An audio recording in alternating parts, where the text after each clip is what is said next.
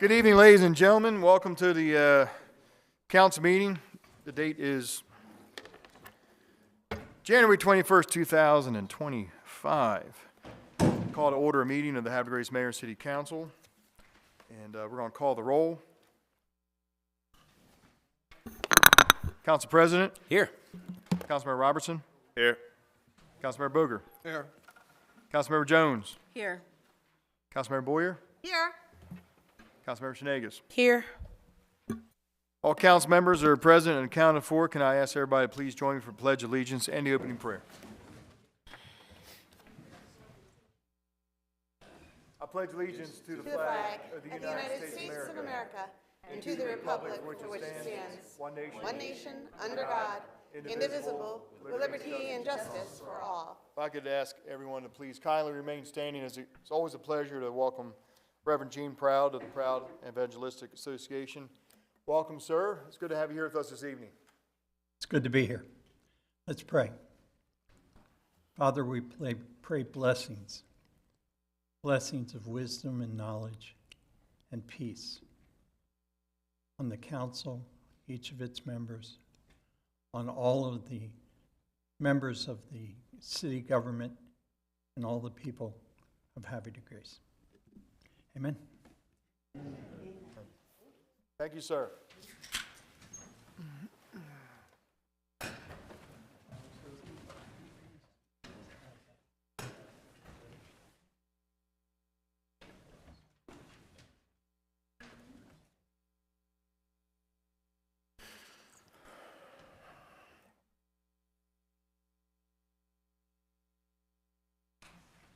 Item number 5, approval of the minutes from the City Council meeting in January 6, 2025. Council, I have a motion to approve.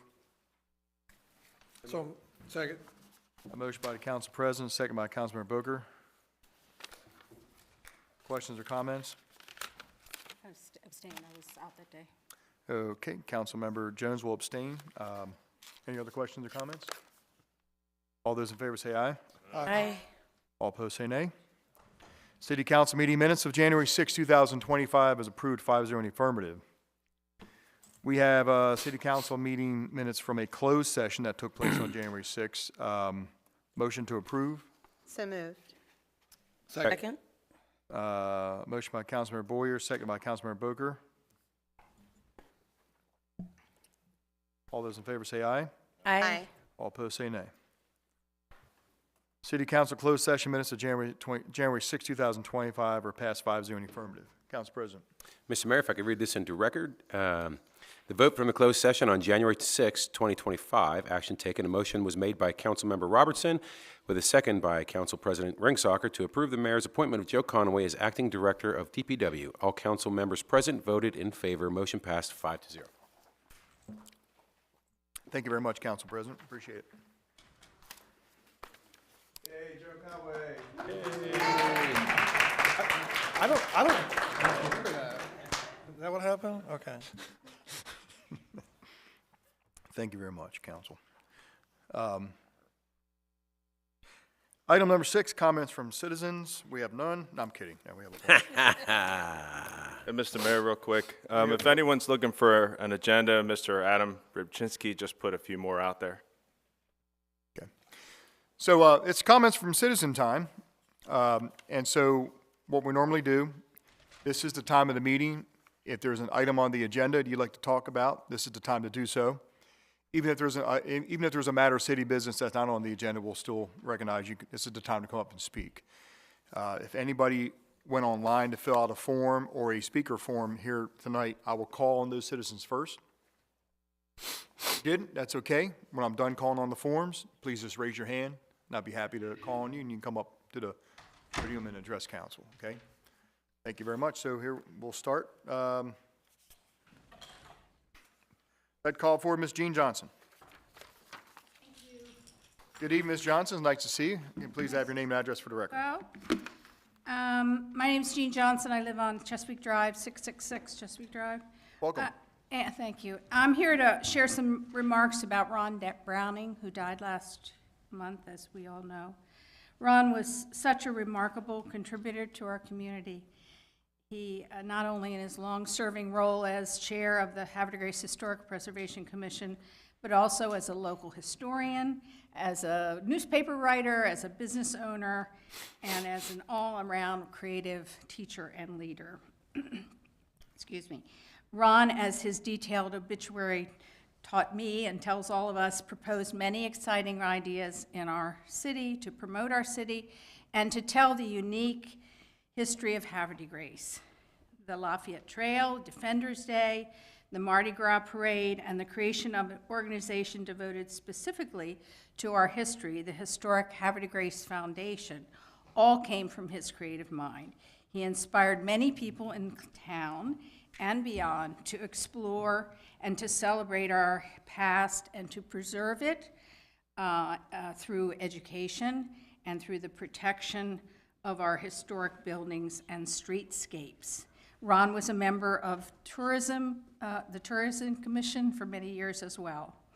Last August, the display of his personal collection of General Lafayette memorabilia and art at the Gallery 220 as part of our Lafayette 200 celebration was, I know, a highlight for Ron and for all of us who got to see his marvelous collection. It's the hope and plan of the commission, the Havre de Grace Historic Preservation Commission, to honor Ron's work and service in a reimagined Moore Family Homestead yard under the mature trees at Lafayette and Market Streets. Ron was very much involved in the gift of the house and the grounds, 2 houses and the grounds by Barry Burns, a Moore descendant, to the city of Havre de Grace in 2016. It was his fond hope that the homestead would be developed into a site for the historical interpretation of the lives of watermen like the Moores and their families here on the head of the Chesapeake Bay. Ron Browning is much missed in our community and, of course, by his dear family and friends across Maryland.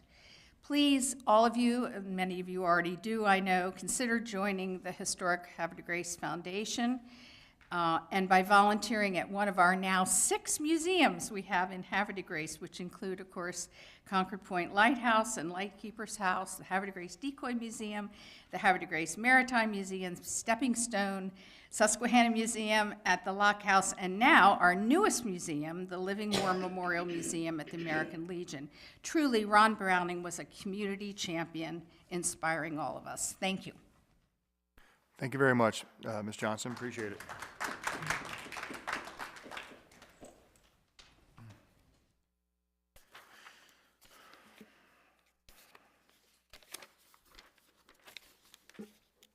Let's call forward Mr. Kirk Smith.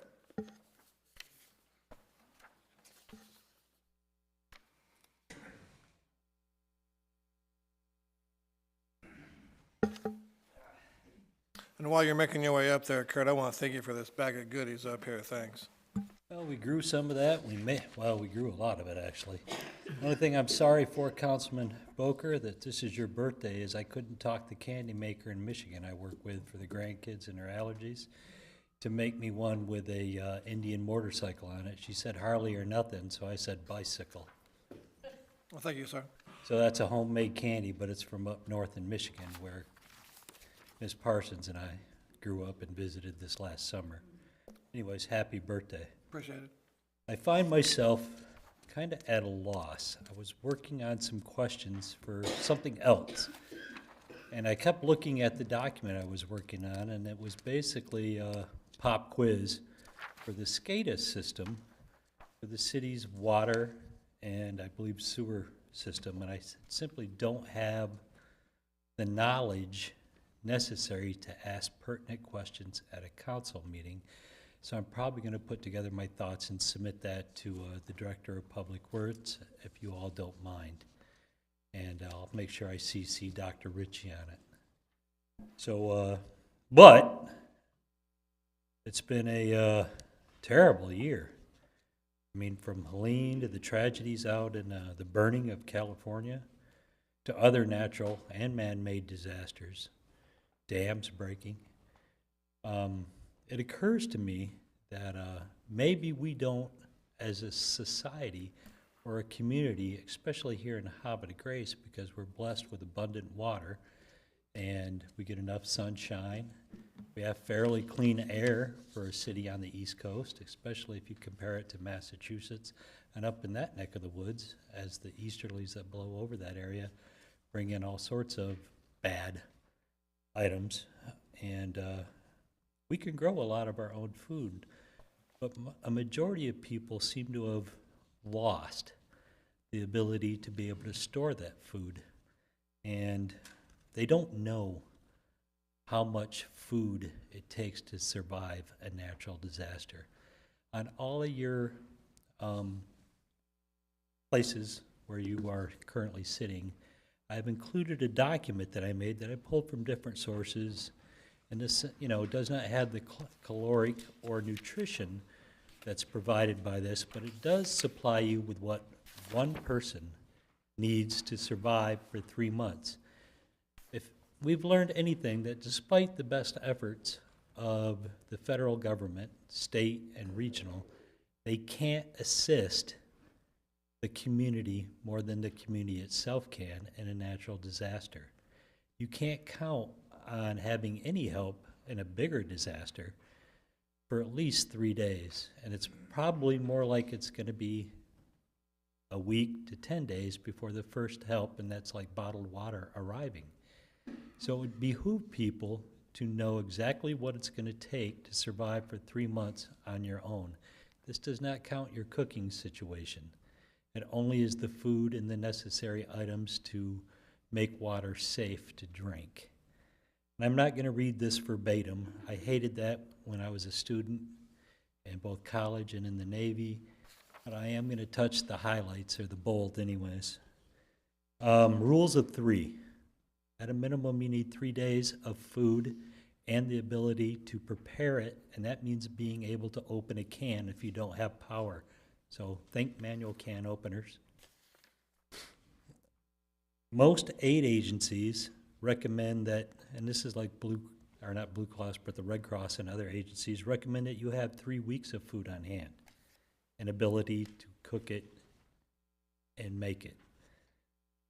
Most of the preppers of the societies that I belong to recommend that you have 3 months. That sounds like a lot, I know, but you got to start someplace. You buy a can of soup, buy a second can, put it away. So here's what you actually need. Grains, 200 pounds. Grains include everything from barley, corn, oats, pasta, rice, and flours. Beans, 60 pounds. Kidney beans, black beans, pinto beans.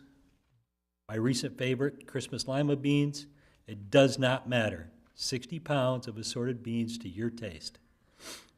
Oils, 5 pounds. Sunflower oil, canola oil, extra virgin olive oil. Okay. Salts and other flavorings. Not necessary, like seasoning salt. 4 pounds.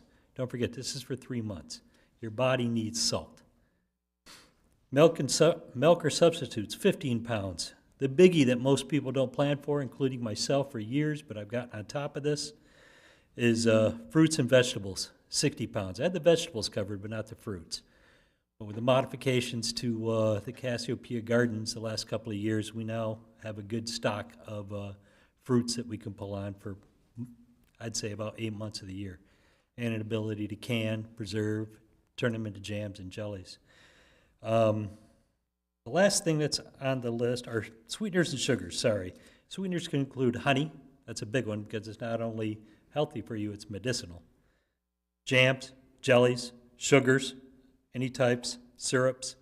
If you make Hard Rock candy, that is one of the best things to have stuck in a bag someplace, cool area, because that can last forever. And if you do have to evacuate, it's one of the easiest sugars to take with you. Your body doesn't need it so much, trust me, but your brain does.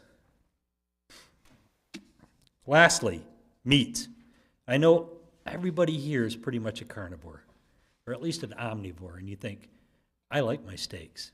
I like that 12 ounce that I'm getting down at wherever. Coakley's makes a Jameson sandwich that is incredible, okay?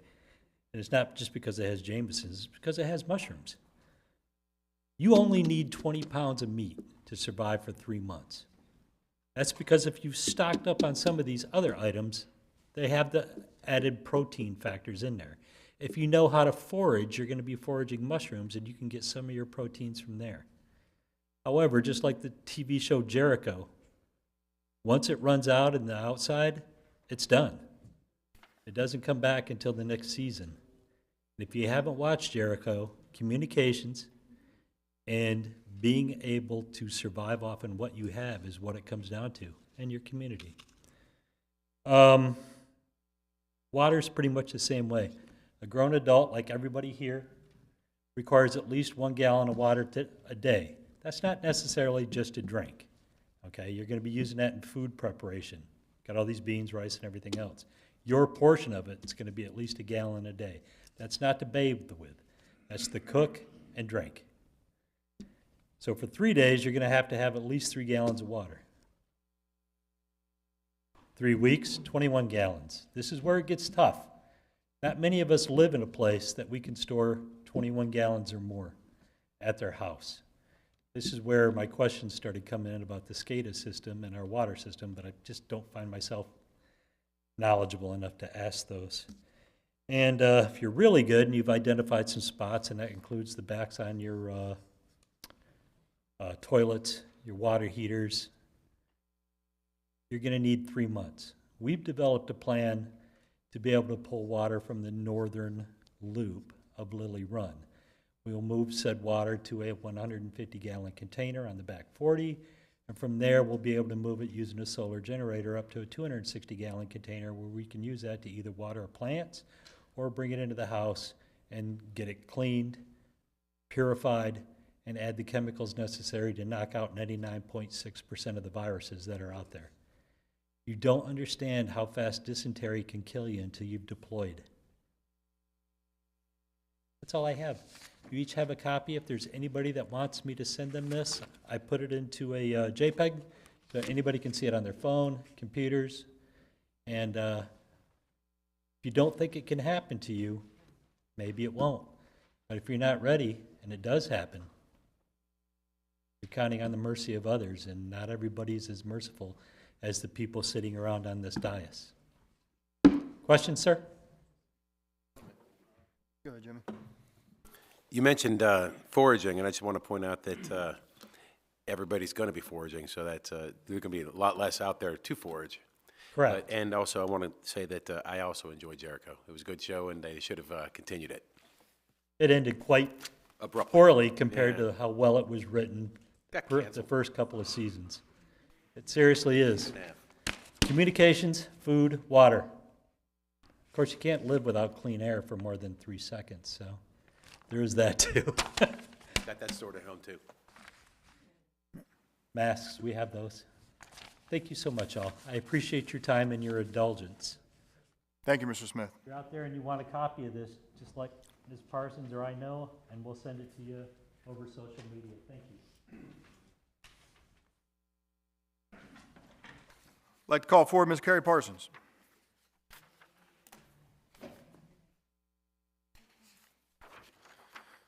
Welcome, Ms. Parsons. I see you filled out 2 forms, so please feel free to address both topics while you're up here. I appreciate that, Mayor. Thank you very kindly. Carrie Parson at Seago Street here in Havre. Evening, Council President, Council members, Mayor, City Directors, citizens here at home. Thank you for this moment, of course, to discuss again Ordinance 1168. Since October, the ordinance has been a piece of discord within the community. During the last council meeting, I did provide a lot of the research that I did, how we can support CHEP, what the community is able to do, in what we really cannot support. In addition to that, since that last council meeting, I also performed additional research to assist us in the future regarding definitions regarding group living by the state of Maryland. And I researched from state Maryland, counties, and different municipalities within the within our own state. I did not find any clear definition for group living. I did find group home. It's mentioned in various chapters, such as 10.21.4.2, stating about a community-based residential program that provides us services. What I did provide to you, Council President, was a copy from Montgomery County. It was rather very well written. I'm hoping that it will be able to assist in the future when we're rewriting certain parts of zoning codes, that we can not reinvent the wheel, but be able to piggyback off of that. And unfortunately, a lot of the things that I did find within Maryland Code is how things would have to be licensed, whether it's with the state level or not. And I am a little concerned about how this is going to be monitored. How is CHEP going to be monitored? A lot of those discussions that I had with you last council meeting still are there, especially with how we're going to be able to support them now and then in the future, from employment to transportation to housing and social services for those that have been released. My other large concern that I have is the property owners within our city trying to make a quick buck by doing a quasi-boarding house with rooms to rent, which then puts others in jeopardy by opening up and approving this ordinance. If we could use 2025 to focus on our rental property and strengthen some of the definitions in the zoning codes and remove the ambiguity that we have in our definitions right now, I would appreciate it. Some of the examples within Chapter 205, halfway house, rooming house, dwelling house, corporate housing, community residential facility, community treatment facility, boutique hotel, bed and breakfast. A lot of those terms do not go on over to rental. But yet, individuals are out on social media advertising, I have a room to rent, shared space. Does that not meet the definition now of rooming house, boarding house? So if we could focus, instead of 2025, bringing our rental code up to snuff, at least so that way we can have individuals be able to know that they are actually renting from an approved landlord and that that building is now safe for them to live in. That it has running water, it has active smoke and CO2 detectors, heating, cooling, things of that nature, not full of bugs and termites and vermin. I appreciate your matter if you could kindly disapprove Ordinance 1168. I believe my comments during the last community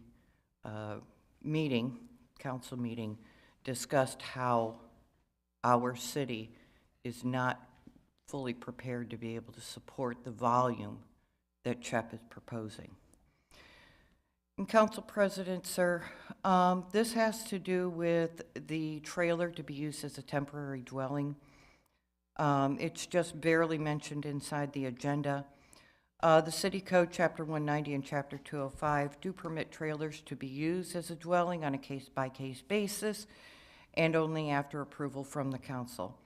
My small concern regarding is regarding the trailer's utility hookup.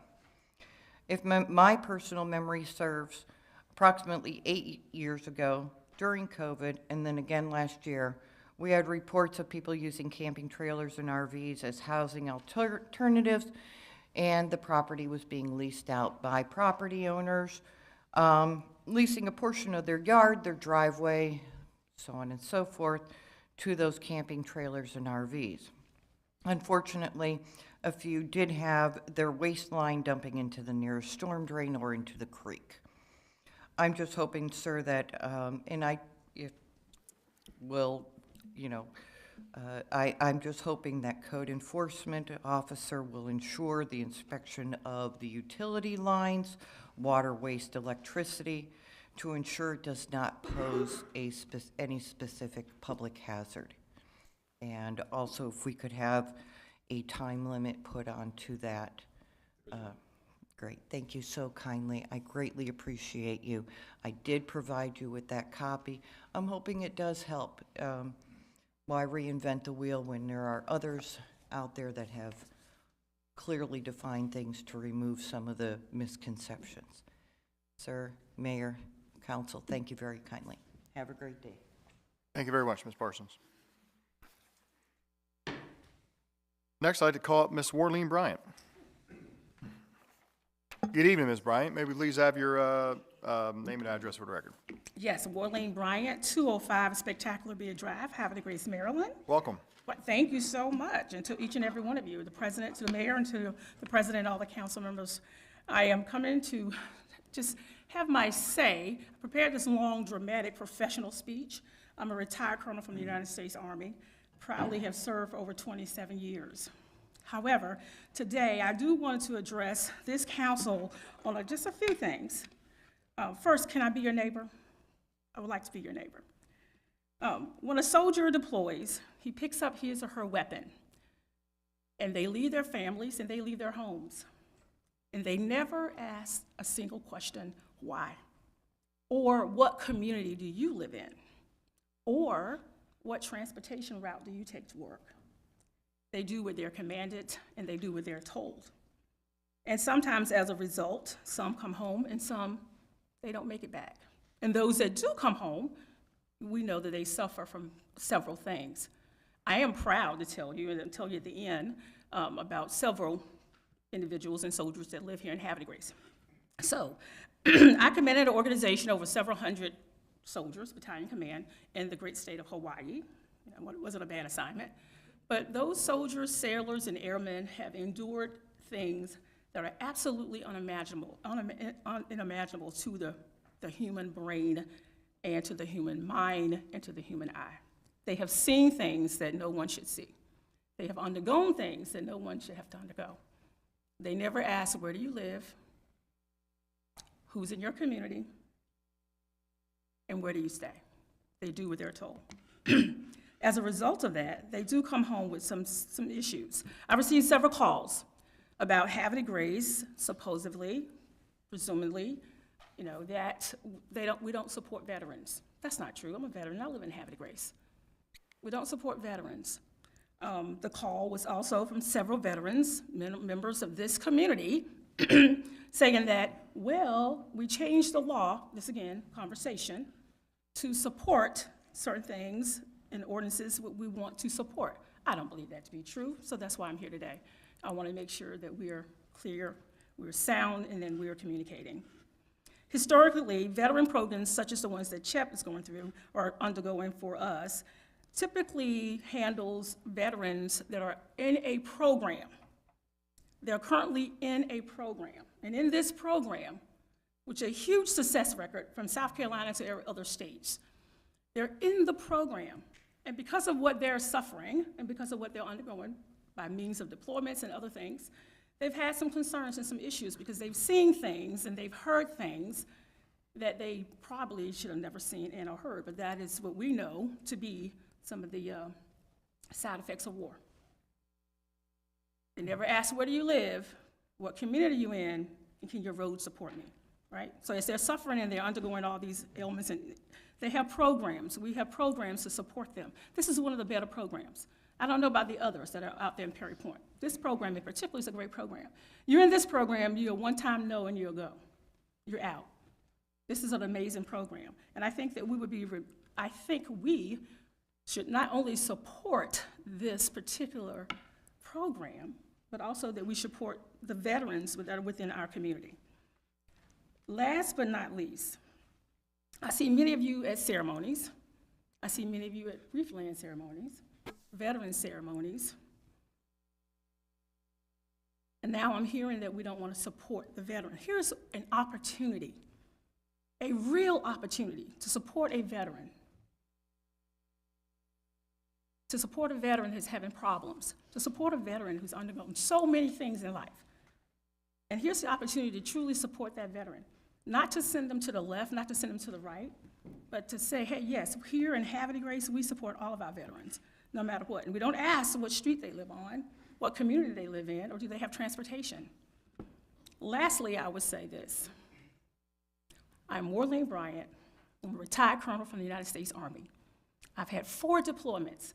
I am standing before you with all of my limbs, probably most of my mind. What I would say to you, that I have post-traumatic stress disorder, and I am your neighbor. Please support our veterans. Thank you very much. Go ahead. Question for the speaker.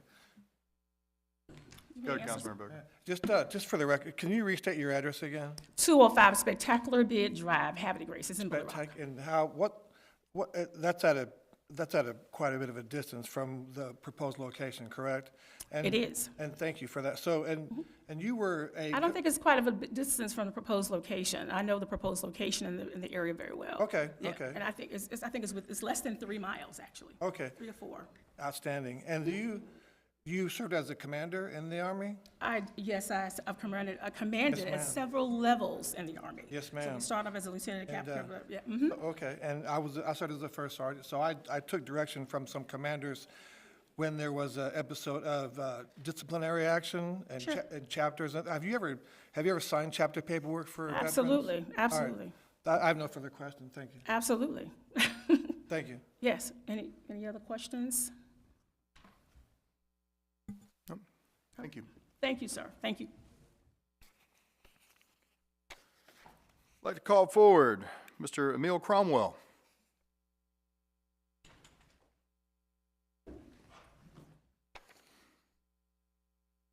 Good evening, Mr. Cromwell. Good evening, good evening. It's good to see you. May we please have your name and address for the record? Pleasure. Okay. I'm Sister Thurl Snell. Most people know me as Brenda Cromwell. Welcome. Good evening, Mayor Martin and City Council members. My name is Mr. Emil Cromwell. I reside at 550 Alliance Street. I am accompanied by my sister, Mrs. Thurl Snell. Mrs. Snell resides at 554 Alliance Street. We were both born and raised in Havre Grace. Our homes are in close proximity to the former Mount Zion Baptist Church at 550 Lewis Street. I am an Army veteran. Mrs. Snell's husband retired from the Army. We feel CHIP is a viable program. However, we are opposed to the plans being put forth by CHIP that would bring transitional housing for homeless veterans to the former Mount Zion Baptist Church site at 550 Lewis Street in Havre Grace. Primarily, having a transitional housing facility nearby could lower property values in the neighborhood due to a negative association with the location. Furthermore, we have an elementary school in the vicinity. Children are in constant transit from home to school and vice versa. Extra vehicular traffic would be a safety issue for them. Finally, additional human and vehicular traffic would disrupt the tranquil atmosphere in our neighborhood. We urge you to hear the concerns of our community and vote against Ordinance 1168 and any plans for group housing in our community. Thank you. Thank you.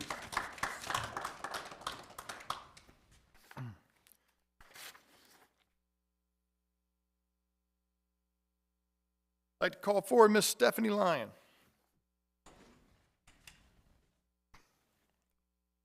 Good evening, Ms. Lyon. Welcome to the meeting. May we please have your name and address for the record?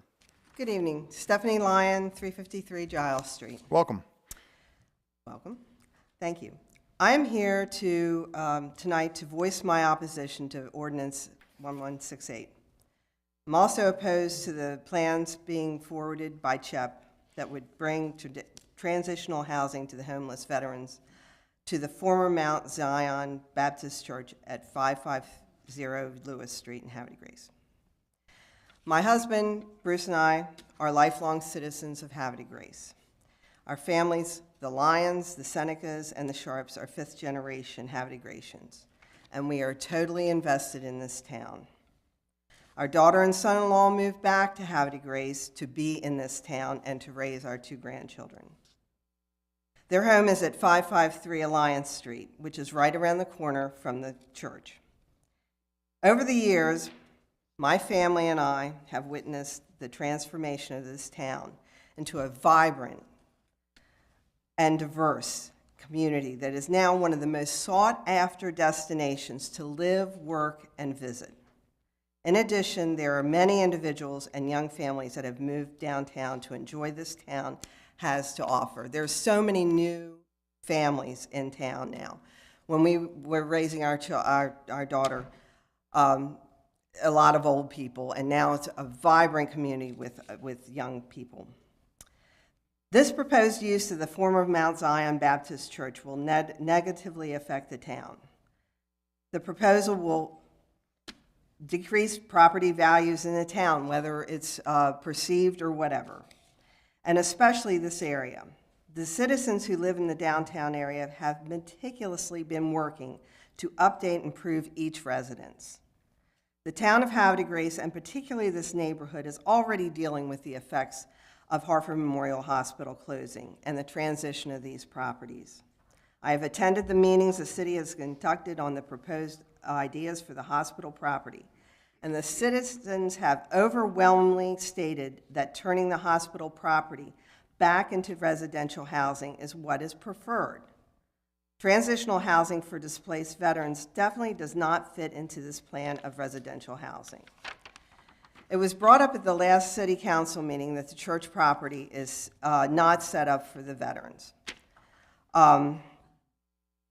They would be on their own for food. There are many questions regarding parking, kitchen facilities, showers, bed accommodations. And honestly, there were no answers and just begged more and more questions. It came across as not a well thought out plan, and what I'm asking the council is to please look at this as a big item. We're at a crossroads in this town, and we need to think this out without just shooting out something. However, there must be we understand that Mount Zion is anxious to sell this property. Completely understand that. However, there must be a better use for this property than this current proposal. Increased traffic is a major safety concern. Traffic will definitely increase on Stoke Street and Lewis Street, which is one way, Alliance Street and Freedom Lane. In addition, parking is greatly affected. The majority of the houses in this area have only on-street parking, no driveways. And as many remember, parking was always at a premium on Sundays and other church events when Mount Zion was there. Havre de Grace Elementary School is just 2 blocks away from this property. There are 600 elementary students who attend this school. And school and student safety is at the utmost priority. In fact, the really only way we found out about Ordinance 1168 was the plans were being forwarded by CHEP was by accident. A resident of Alliance Street just happened to be at a city council meeting and found out about this.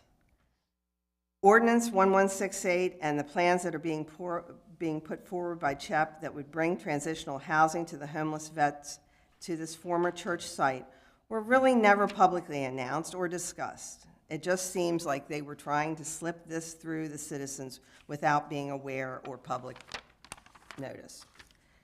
In addition, In this world we live today, we are acutely aware of safety issues in our community and schools. Unfortunately, Havre de Grace is not immune to this issue. We are mindful that many of these veterans have medical health issues, and we sympathize for their plight. We are all supportive of veterans. However, we are concerned of the ramifications of housing veterans with mental health issues in the neighborhood. These veterans deserve to be housed in a location that is closer to Perry Point or another VA hospital where they can receive guidance and medical help that they need and they deserve. Lastly, I would like to address the mayor and city council directly here. I know this sounds Pollyanna of me, but when the citizens of Havre de Grace elect you all as our officials, we are electing you to represent us, the citizens, not individual council special interests or agendas. The citizens have certainly made it clear that we do not support this ordinance 1168 or the plans being put forward by CHEP. Thank you very much for this. Thank you very much. Any questions?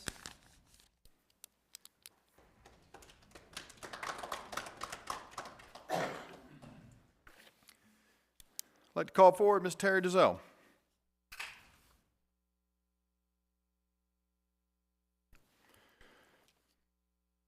Good evening and welcome. May we please have your name and address for the record? Good evening, everyone. My name is Terry Dizelle. My address is 551 Alliance Street, Havre de Grace. Welcome. Thank you. I've lived in my home 18 years as of next month. I am here this evening to state that I am opposed to Ordinance 1168 and the proposal for group housing in the Mount Zion property on Lewis Street.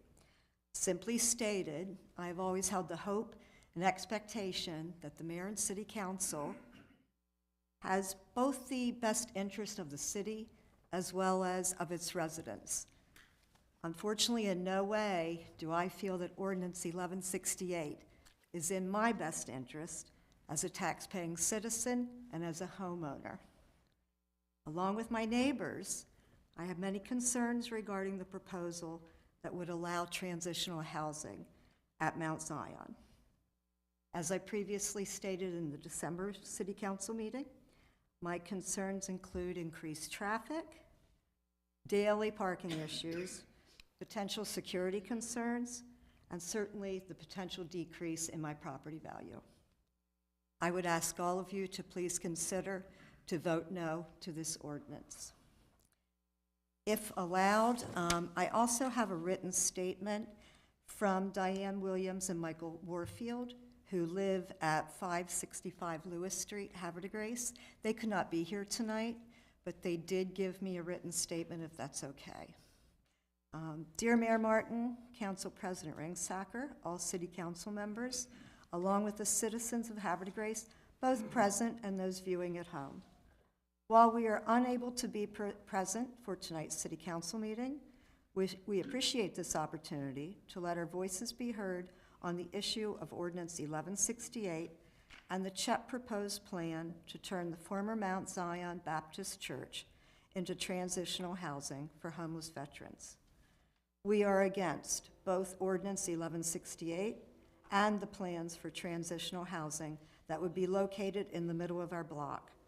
We stand with many of our neighbors in believing that such a use of the vacant church would not bring value to our immediate neighborhood.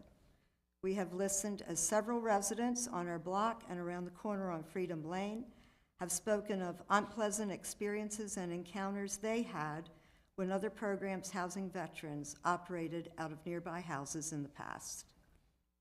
We have a quiet and peaceful neighborhood. We wish to keep it this way. The proposed transitional housing program would bring more cars and daily traffic to our block.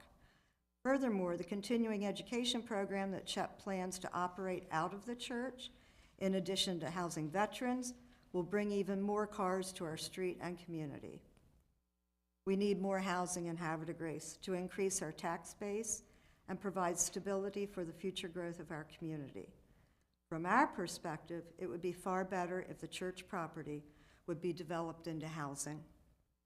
Thank you for the opportunity to express our opposition to Ordinance 1168 and the proposed plan for transitional housing at the former site of Mount Zion Baptist Church at 550 Lewis Street.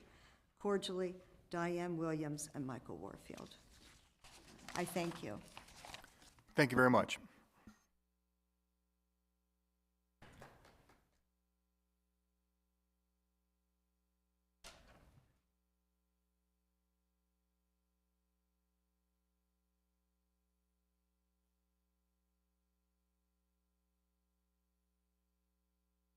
Okay, that's all I have for the pre-filled out forms. So what I'll do is I'll open up the floor at large. If you wish to address the council, please raise your hand. Anyone at all? Anyone? Okay. Well, we'll start. We'll just go ahead and do it front to back. Sir.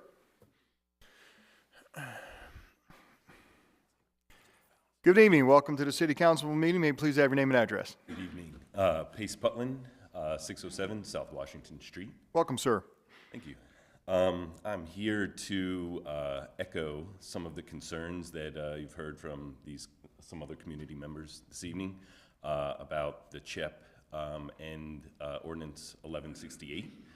I'd like to first say that it can't be understated the support that these men and women who are in our military deserve.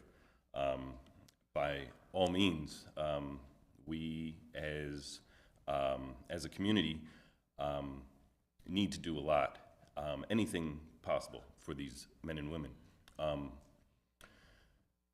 We have a world-class facility in our neighboring community, Perryville, that has the Veterans Administration that we heard from the representative from Cecil County at the last meeting, that they have successfully built additional housing for this transitional need for these veterans that are having, you know, a sort of issues and challenges, and get them back into the community.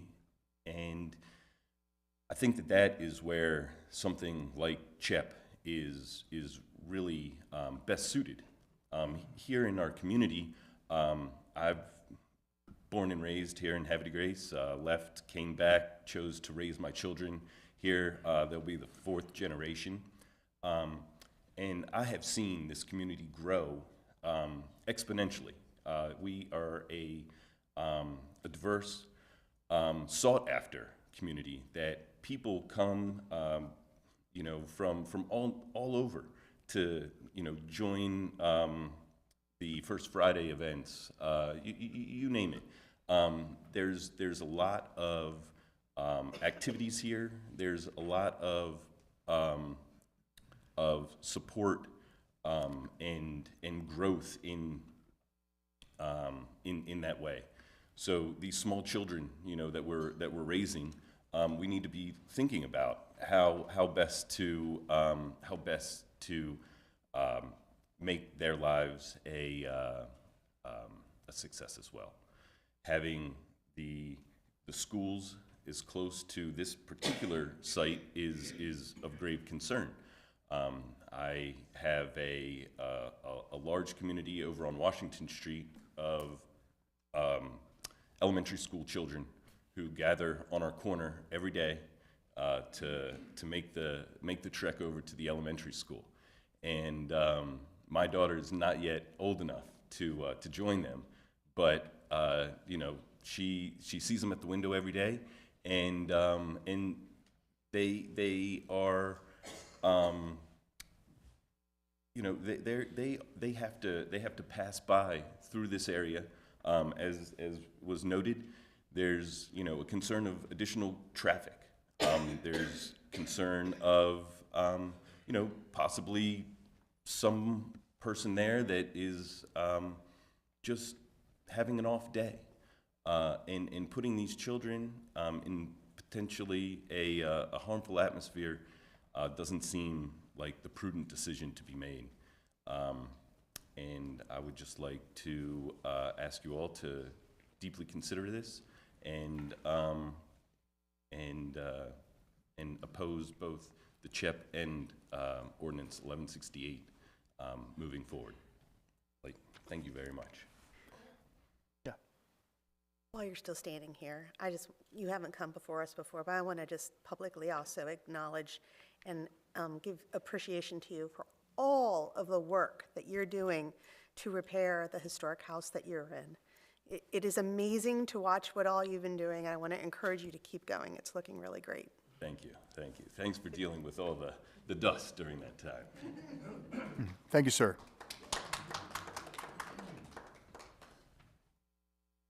Well, I'm going to finish this side real quick. Raise your hand on this side if you want to speak. Miss, right there, in the corner. I got you. Yes. And I'll work on this side. Good evening and welcome. May we please have your name and address for the record. Thank you, Mayor and council members. This is my third time speaking since this whole thing started. I just want to affirm that not all of us, probably none of us, are against veterans. And I wanted to state that I have volunteered both at VA and Hospice of Baltimore, working and witnessing to some of the suffering that our veterans go through. And this is a moral dilemma, but I have to speak up for the welfare of my community. And I do ask that you vote no on 1168. I appreciate Ms. Parsons' research, and I have done a little research myself. I've sent each of you an email, but I'm not sure if any of you had time to read it. But I do have concerns about anything that would change the historic district zoning, and also anything that would put a major drain on our infrastructure. So I thank you for your time and for listening to all of us. Hey, would you mind, I don't think I got your name for the record. Catherine Bourdon, Catherine Bourdon? 514 South Freedom Lane. Okay, thank you very much. Appreciate it. Thank you. Thank you. Okay, who else on this side? Sir with a black coat on? Or hoodie? Okay, got you. Welcome, sir, to the council meeting. May we please have your name and address for the record? Thank you, Council. Rick Wilson, 560 Fountain Street. For all the reasons that have been so eloquently presented so far, I would ask that you vote against Ordinance 1168. Thank you. Thank you very much, sir. Yes, ma'am. Yellow hat, you're on. Hi, I'm Jennifer Joseph.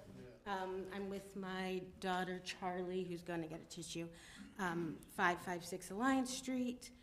Firstly, I'd like to thank you for sending out EJ and a crew to come and assess the viability of putting a stop sign at Alliance and Stokes. They came the next day, and I happened to be around, so I was talking to them, and that was really cool. And they told me about the various projects and sidewalks that are happening, so that's exciting. I am opposed to Ordinance 1168. I think I am pro-veterans all the way. I think it's disingenuous to make this be a situation where it's about being anti or pro-veterans, because it's, even if it weren't for veterans, I think we'd still have a problem with it. So I moved here, I came here, my grandfather built a home, his house here. When I was younger, I used to come and visit. I always wanted to move here. I loved that I'd be able to walk down the street with my kid to school. And so I moved here, and Charlie started kindergarten, and we love it. And I appreciate that veterans go through a lot of trauma, and I appreciate that they need services. And I don't think that that building is the one to be the main place where these services come from. I don't think that that's the right space. So I think there are plenty of other spaces nearby, closer to resources, and that's really all I have to say. So thank you. Thank you very much. Thank you. And sir, and I'll start on this side next. Good evening and welcome. May we please have your name and address for the record? Louis Sejo. I live at 560 Lewis Street.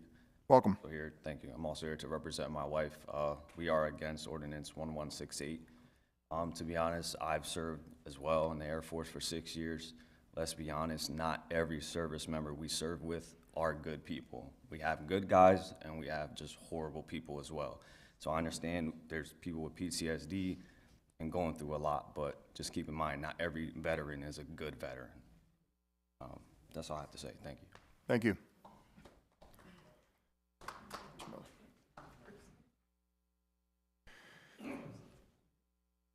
Good evening, Mr. Miller. May you please have your name and address for the record? Yes, it's James Miller. I live at 320 Lewis Street. Welcome. I wasn't prepared to speak on this tonight because I haven't been following it. But reading the ordinance there, you have a title that says group housing. It says nothing about veterans on there. So saying this is a veterans home, it's misleading to people. We had a veterans home that opened up in the old Duck Inn, which for people that aren't from Havre de Grace was at the corner of Freedom Lane and Revolution Street. Used to be a little bar and restaurant there. And it was abandoned for several years, and somebody came in and said, I'm going to build veterans housing there. And everybody goes, oh, great. So it opened up. Now it's a nursing home, I think, because the veterans didn't work out there. Growing up in Havre de Grace, we used to have a whole lot of patients from Perry Point that they would bus over here, and anybody that had an extra bedroom or house, they rented them out to the VA, charged the veteran an ungodly fee to live over there, and they give them a cup of coffee and maybe some donuts, and the bus would come in the morning, pick them up, take them back to Perry Point, and in the evening bring them back over here. And some were not problems, some were. And you know, this is just not appropriate for the neighborhood. If the church can't find a buyer for a church, I'm sure one of these preachers that comes in here and says a prayer every meeting might be looking for a new place to host their congregation because it's a rather large building. But this is not appropriate for a residential area, Havre de Grace, for all the reasons everybody here said. And if you're going to make it so this group housing, put there veterans group housing so we can control it. Not just say, oh, group housing, and here's the big list, but we're going to rent to veterans. And like the one gentleman said, not all who served honorably. I worked with the Army for 41 years, and I can tell you stories. Thank you. Thank you. Sir.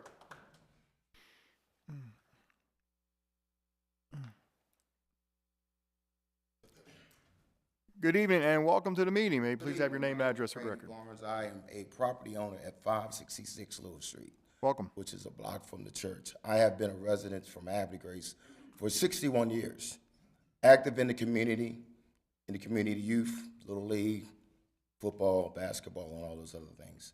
Mental illness is just not for the vets. You don't know what's going on with your neighbors next to your right or to your left. So singling out individuals that might have issues or so, we need to get beyond that. I listen to some of the neighbors' concerns, and we talk about infrastructure, traffic. We have made a motion to move for the hospital to do what? Put what? Housing there. What is that going? What impact is that going to have for that community? I think a very, very drastic impact. I did not see many people in here when that situation was came to play. I thought they should have been out here to reference to their concerns. That's one point that I have.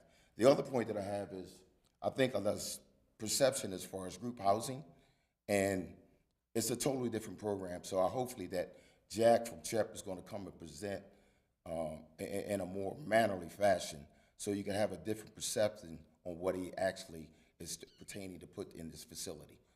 The other thing that I have concern with, not a concern, but it's a very good program. We have the first responders in the EMS facility, which is on Union and Girard Street, which is, I don't know what you classify, group housing, transitional housing, terminology can go back and forth.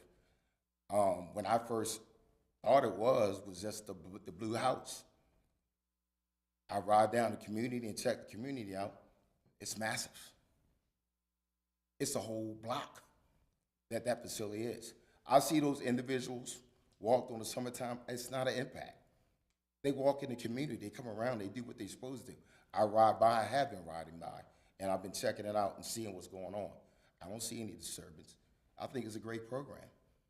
I think we don't need to be patriotic on Veterans Day on the 4th of July. I think we need to show class and be people of class and make decisions not based on individuals concerned about, yes, you should be concerned about what's going on to your left or right, your neighbors, because we all have issues. Nobody's perfect. That's first and foremost. No one is perfect. So that's one of my other concerns. So we need to also be generous, because if you put one eye in one person, you know, somebody else has an issue. Okay, now we're talking about bringing these individuals coming into this at the hospital. You're talking about, okay, why don't we use that facility for housing? If you was here and you see how the plot was laid out, all the other areas in that area was sectioned in the hospital scenario. You had the medical center, which was the home medi service. And you also had a parking lot. Now, I don't know if the hospital owns that or not, but everything around there was all in that zoning, that you came up with that zoning, okay? Our location, the location that you're talking about, which is 520 Lewis Street, was not in that zoning. So you're talking about housing, okay, you're giving us the options, or why don't we use it for this? Why don't we sell it for this? It's not in that zoning. So you made an exception for the first responders, the EMS program, or whenever that was done. I don't know, I haven't done my research, but I will do my research and get more engaged. I have been involved. I have seen in the past 6 months, I've been coming to these meetings. I see how the transition to things have been going on. Okay, so that's another thing. So we'll deal with those situations. I just thought we need to definitely look at this situation. I'm for it. I am in the community. I've been in the community. I'm not leaving the community. So that's where we are. I think that it should be a better explanation and people have a better understanding. And then the last thing on this thing, I'm a resident that they had a meeting.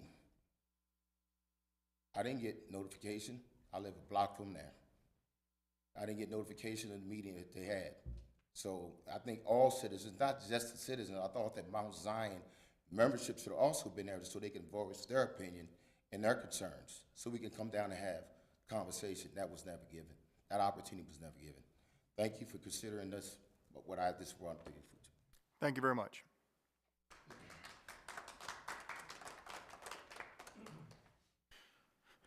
Yes, sir. Good evening and welcome. May we please have your name and address for the record. Tonight, sir, I feel like the big bad wolf, but my name is Jack Berkeridge, 612 Carpenters Point Road. I am the current Chief Executive Officer of Communities Helping Empower Patriots, People, and Professionals. Again, heard a lot tonight from the great citizens of Havre de Grace. And before I go any further, I do want to thank all those in attendance, for all those that serve. Thank you for your service. I'm standing in front of you again. I know there's nothing I'm going to be able to say or do to overcome just the unbelievable diatribe that has taken place here this evening. But I am, as a leader, going to appeal to your sense of leadership and foresight, empathy, absolutely patriotism, and hopefully common sense. A couple things that I heard that I think it's imperative as the leader of my organization, I do set the record straight. Number one, man, I wish we were for profit. I wish we were a profitable boarding house. We are not. Trust me, we will have an operating budget this year that will be a significant deficit. Number two, I wish I had the time and I wish I was as slick to just slip in something on the ordinance schedule. I believe we've been working on this for a year and a half and have participated in community meeting, sensing sessions, planning and zoning commissions, You name it, we have participated in every aspect of Havre de Grace law. Finally, we have addressed all of the issues, right? We've shared with you the statistics, what our plan to do is in Havre de Grace. I think the important thing, because you hear just this narrative building, just so everyone knows, you could give us $1 million. I couldn't tell you how many veterans I'm going to put in that building. I have no idea. I need this ordinance to go through so I can come to the Planning Commission to actually have a plan to present on what we're doing for this building. So anybody that arrives with the anecdotes about we're going to put X amount of veterans in this facility, it is erroneous. We have no idea. There's a process in Havre de Grace that addresses that. What I really find comical is not the last time, but the last 3 times. As we hear the passionate citizens, and by the way, I can't imagine what they think when they hear halfway house or homelessness or group housing, right? Every time I stand at this podium, within 24 hours, one of your landlords calls the facility and asks, do you have any one of your veterans that want to or need a spot? I have an opening. So whether or not you have us here on Lewis Street, they're coming. They're coming.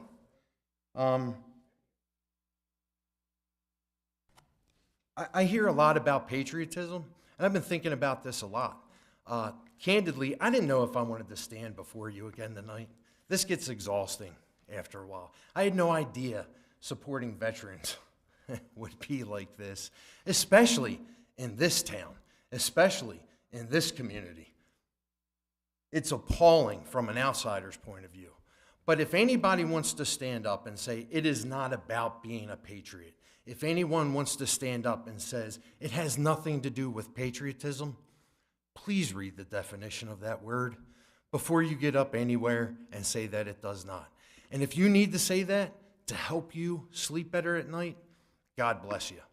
I'm here tonight solely for one purpose, because 29 men that served for us were in a conference room today, and listening to them and their story, that's why I'm here tonight. And let me paint you a picture of who's sleeping in our beds tonight. Unfortunately, we do have a housing crisis in this country. You have a housing crisis in Harford County. You have a housing crisis in Havre de Grace. Perryville, it's widespread. Most of our veterans in our census today are 60 years old or older.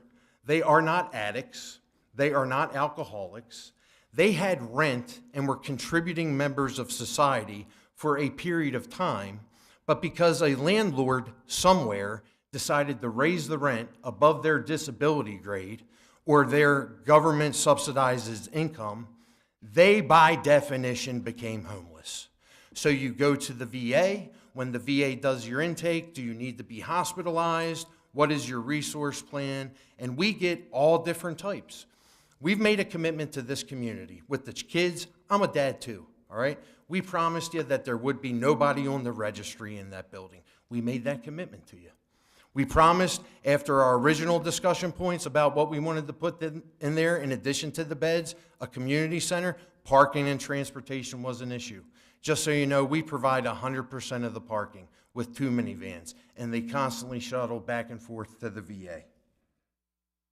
I probably haven't changed your heart and mind tonight, because the reality is, going through this enough times, I know the vote is what the vote is. The vote was decided before this meeting ever started. And I feel bad for you, because you do have a big decision, Mr. Mayor and the council, right? And the world is watching.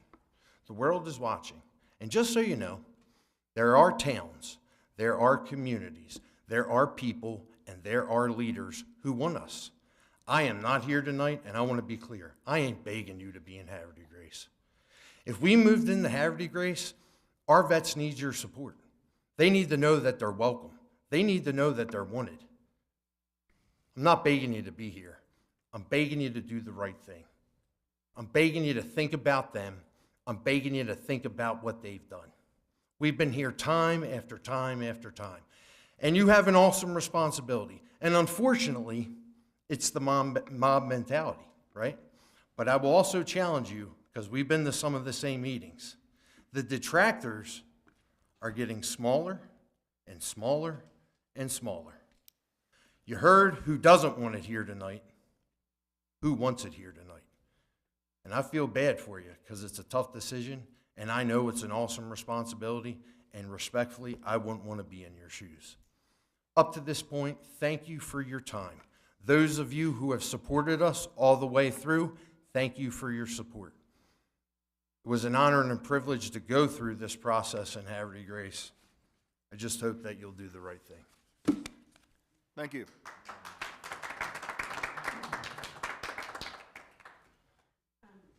Just a quick statement that I am offended at what was just said.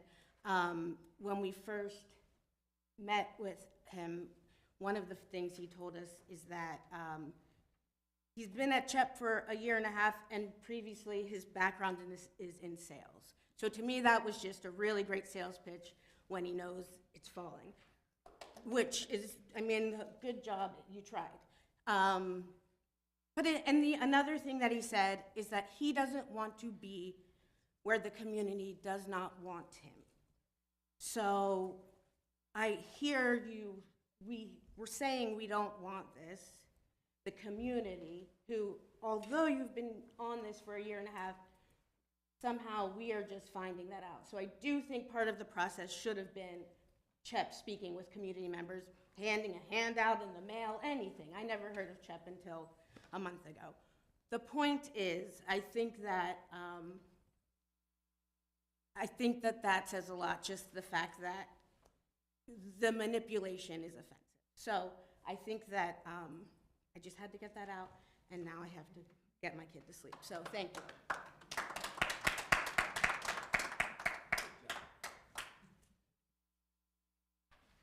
Yes. Yes.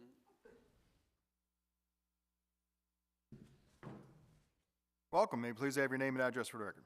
Kathleen Lee, 314 Bourbon Street, Havre de Grace, Maryland, right in the middle of the historic district, right in the middle of all the traffic and all the people walking around from the facility that's at the corner of Union and Girard Street. I see them every day. They march along. I have absolutely no opposition to this group home, or whatever it is, being put in. I had the privilege this last fall of having a tour of the facilities at the former church. It is huge. There is a large, beautifully maintained commercial kitchen in it. There are meeting rooms. There's even a room with a stage in it.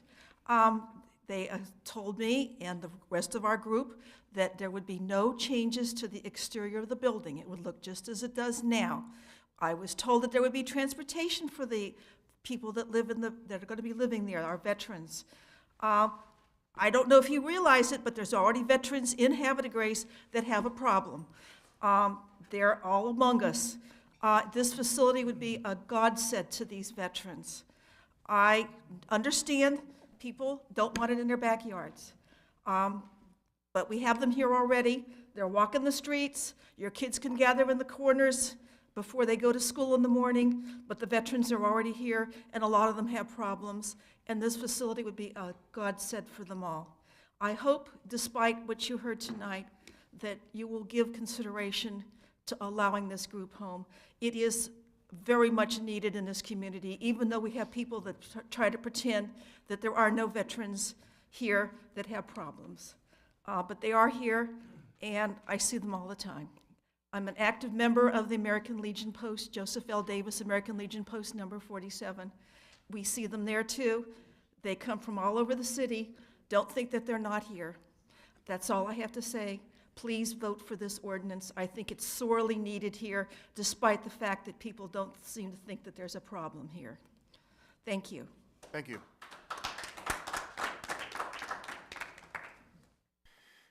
Anyone else wish to address the council this evening? Yes, sir. Good evening and welcome. May we please have your name and address for the record? Good evening. My name is Brian Wainwright. I live at 82 Liberty Street, and although I do acknowledge that is in Aberdeen, my first 25 years was here in Havre de Grace. I grew up on Superior Street. One of my first experiences growing up in Havre de Grace, my mother worked for the Veteran Affairs right across the river. being a middle school student, learning the appreciation of service and gratitude, and understanding that all persons deserve passion and a supportive hand if that's exactly what is needed. And when that targeted population is veterans that serve this country, and when they unfortunately come back either physically or cognitively impaired, I just would think that the collective community at large would embrace them, support them, try to lift them up in any fashion that they can. I understand that property owners are concerned with safety. I think it's scare tactics to say, well, these folks have mental illnesses and that's going to bring potential problems. I work as a senior director at a nonprofit in this community. This very same hall contacts me personally when there is a homelessness problem in this community. They call my department for assistance, for resources, and I have shared with some who are already familiar that the resources in this county are vastly just disrespectful when it comes to people who are experiencing homelessness. And I want to be specific. Unsheltered homelessness is vastly different than a person that has the ability to live in a motel on their own means. As referenced by the previous gentleman that's speaking for CHEP, I represent and work with not only Havre Grace residents that are unsheltered, that are veterans, and they need affordable housing, not only in this particular portion of the county, but the entire county. We see luxury apartment complexes going up left and right, and I understand that what that does for economic development, but that portion of economic development starts to squeeze vulnerable populations. And I'm not just talking about folks with physical or mental disabilities. I'm talking about an aging homelessness community that is getting to be 62 and older with limited income and dwindling ability to contribute in a paid position. So what does that mean? They can't afford housing. I was unfortunate to be a homeowner, and I had to leave Havre Grace. I wanted to buy a home here in Havre Grace, but I unfortunately could not as a first-time home buyer. So I had to, settle for Aberdeen, and I love my community, and I love Aberdeen. However, the scare tactics that I've heard here tonight are very similar to the homelessness problem that's in Harford County in general. And it's the scare tactics of, if everyone is familiar with the Field of Dreams, if you build it, they will come. No, they're here. I've been a senior director at a nonprofit serving homelessness in this county for the last 8 years. I've been partners with the city of Havre Grace for those 8 years. I've been partners with landlords in this community, that provide opportunities for people who used to be unsheltered. And now they're stable, tax-paying citizens in this community, and you would never know that. I think the data suggests that in any given gathering, there's 1 in 5 persons that have a mental health disability. Think about that, 1 in 5. So given that those are the statistics that are alive in everyday life, why are we using mental health as a scare tactic to not uplift and support our veterans who drastically need it? I understand the conversation of not in my community. I get that, I understand that. But in my community, there are residential rehabilitative programs where there are behavioral health persons walking around in the community. And I can attest you, I've been a homeowner for the last 18 years of my life. I have not had one negative encounter with a person that has a behavioral health diagnosis who is, struggling, decompensating, and now they're trying to find themselves and rehabilitate themselves and get themselves to a point to where they can once again be taxpayer citizens and hopefully a homeowner in this county. My point that I want to stress to everyone here is that I just think when the conversation comes up to support our veterans, think about what they have done for your country, for your freedoms, for your ability to be potentially in the positions that you're in right now. Now, if you had one opportunity to uplift and support a veteran, and this is the best way that you can do it, I think that you should vote yes for this bill. I support it, and I just really think that you really need to understand the scare tactics that are being used. My property value will decrease. I'm not an economic guru, but your property value is going to decline in the middle of historic Havre de Grace in downtown? By what, a couple thousand? Because there's a transitional housing program right around the corner? I understand your concerns and your opinions, and I respect that. However, I also want to acknowledge that this is a very small portion of the overall homelessness problem that this county has. But specifically, everyone thinks, not in Havre de Grace. No, there's no homelessness in Havre de Grace. I can name drop 25 people in my 8 years that I've took off the street and rehoused in 21078. But that's a conversation for another day. And most of those veterans, maybe 5–10% of those folks were veterans and are veterans and still are thriving in this community, thanks to the outreach and the supportive programs in this community. And if it wasn't for them, they would be outside right now.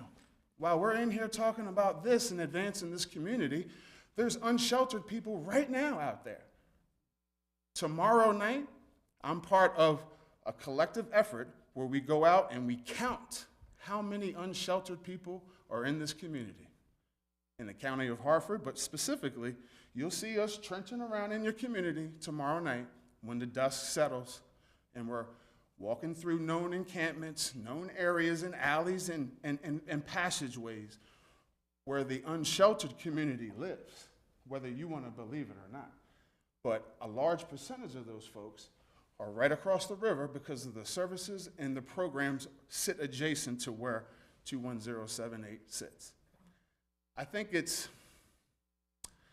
just don't think it's in the best nature to not support this bill, because that supportive crutch is exactly what these folks need.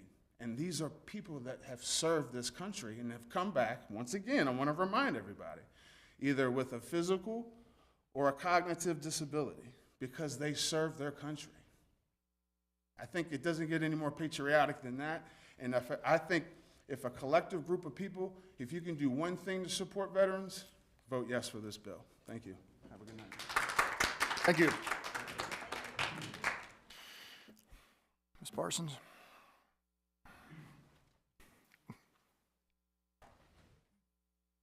Welcome back, Ms. Parsons. Thank you, sir. I just have a couple of questions. Council President, Ordinance 1168, since we've kind of gone a little bit in multiple different directions here, but Ordinance 1168, could you kindly enlighten my question? It is to change a zoning code, correct? It's to change the zoning specific to that area to allow for the group housing, which is not allowed by our zoning code in that area. In group homes, we're referencing any group home, correct? I believe so. It's It would not be specific to CHEP, it would be to any group home if 1168 is approved, then any group home could then apply through the planning process. Is that correct? That's my understanding, Councilman Robertson. Yeah, so the initial ordinance is a little broad. When the Planning Commission reviewed this, they reviewed it a second time, and on that second time, they put forward some amendments that they would like us to put in. We couldn't put those into the ordinance until the second reading. So within the amendment is specific language for veteran housing and for police and first responders. So that changes the group housing to be very specific and limited in scope. I would caution you though, Carrie, you've spoken here a few times now, and in reference to just anyone being able to do anything that they want in the city.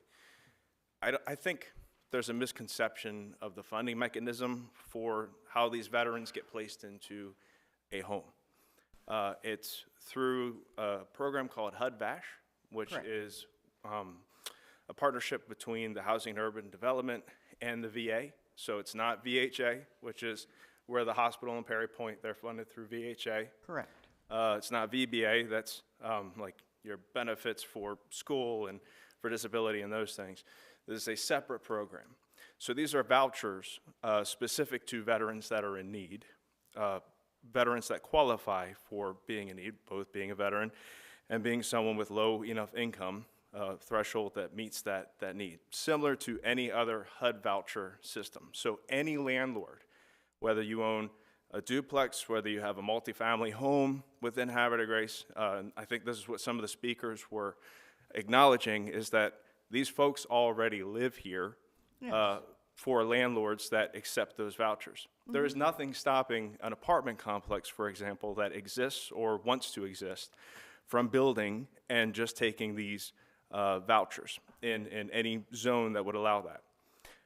What I think should be considered is that CHEP has come to the city, they've gone through this process specifically to get a designation so that they are monitored by the city, so that every movement that they make is legally enforceable. Okay. This is one step, and I've reiterated this several times now in groups and private conversations, but this is one step in a very long process before they could open their doors and start receiving veterans or homeless people, or start housing anyone in that facility, because currently it's not allowable under the existing zoning. Thank you. I appreciate you explaining that. It did clear my cranium for a moment. So thank you very kindly, sir. I appreciate it. Thank you, Council President.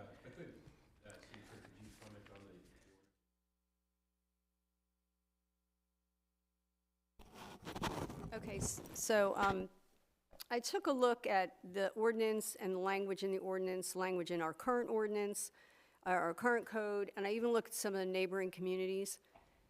So one of the issues with this particular ordinance is that it muddies the words group homes with group living and other living arrangements.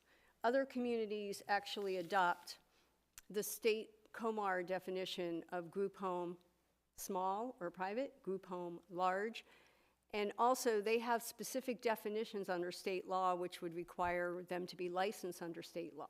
City doesn't have the staffing to oversee and regulate these particular homes, so we rely on the state making sure they're state licensed. Nothing in our ordinance requires it to be state licensed, at least that I've read. Secondly, but more importantly, from a zoning standpoint, and I know it went to Planning Commission, but when I looked at the state law, a conditional use is required in our ordinance. That's not permitted under state law.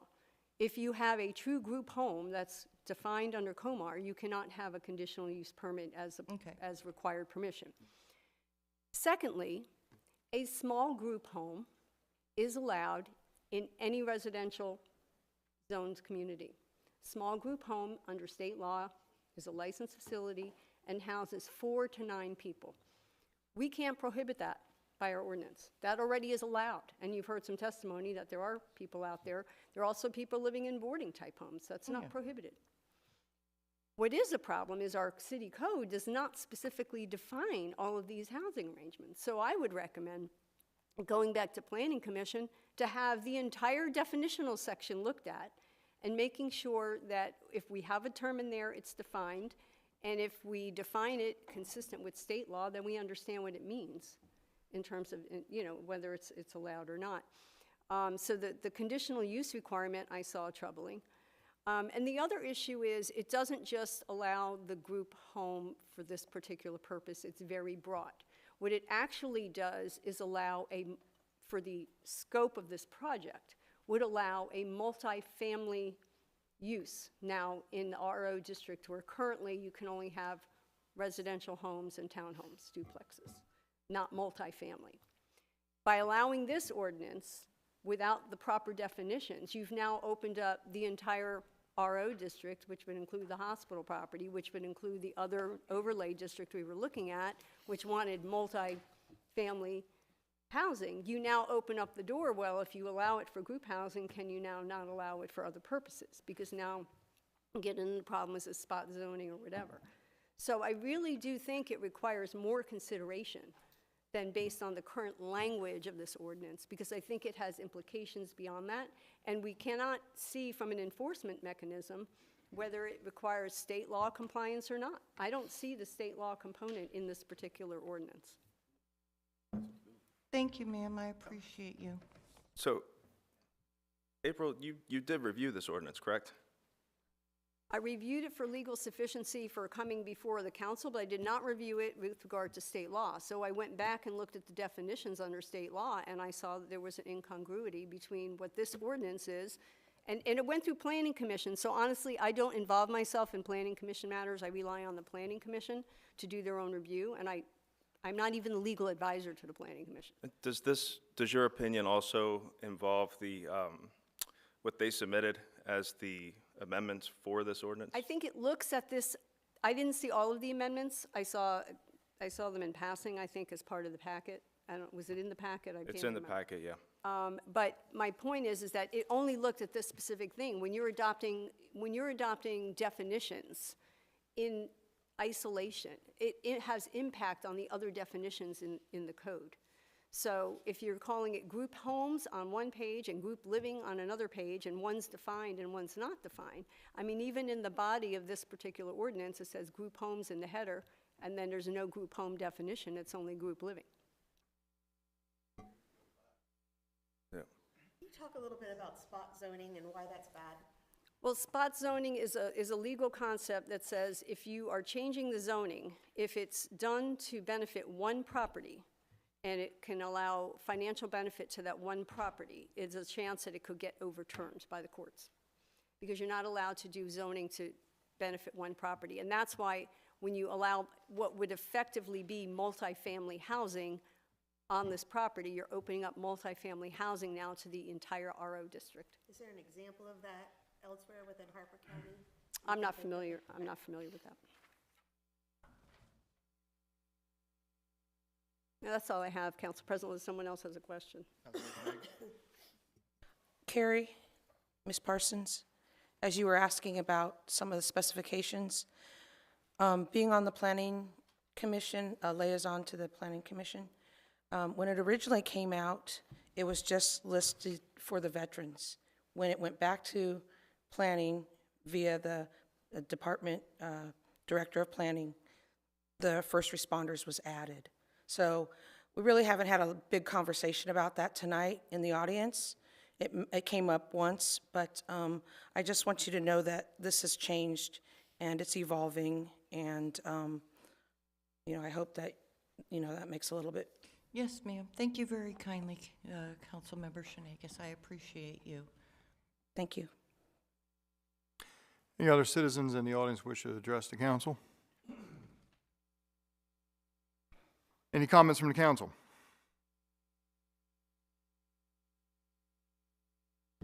Ladies and gentlemen, it's 8:35. We're going to conclude the comments from citizens. Obviously, there's an ordinance on the agenda that a lot of people came here this evening to talk about. A lot of people have different opinions, but I appreciate everybody taking time to speak. The council is here to listen to everyone's opinion. But more importantly, I want to thank everybody in this room for being cordial and respecting everybody's opinions, because I want everybody to remember something, that the concept of we the people starts right here in this room. Thank you for being great citizens. What we're going to do real quick before we go on to a presentation from the Independent State Commission and 2 resolutions and 2 ordinances, we're going to take a quick 5-minute break, and we'll be right back here. Thank you.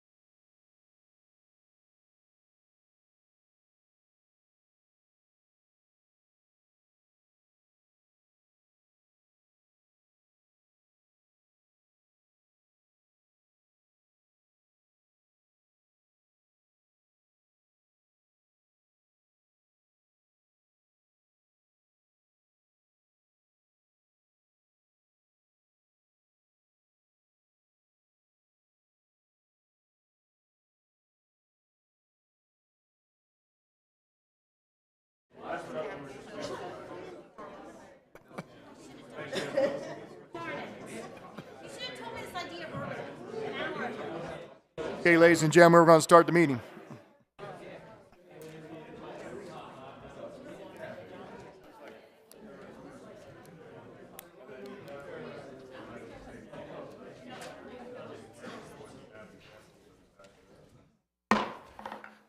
Ladies and gentlemen, it's 8:51. We're going to continue from a brief recess for the January 21st, 2025 council meeting.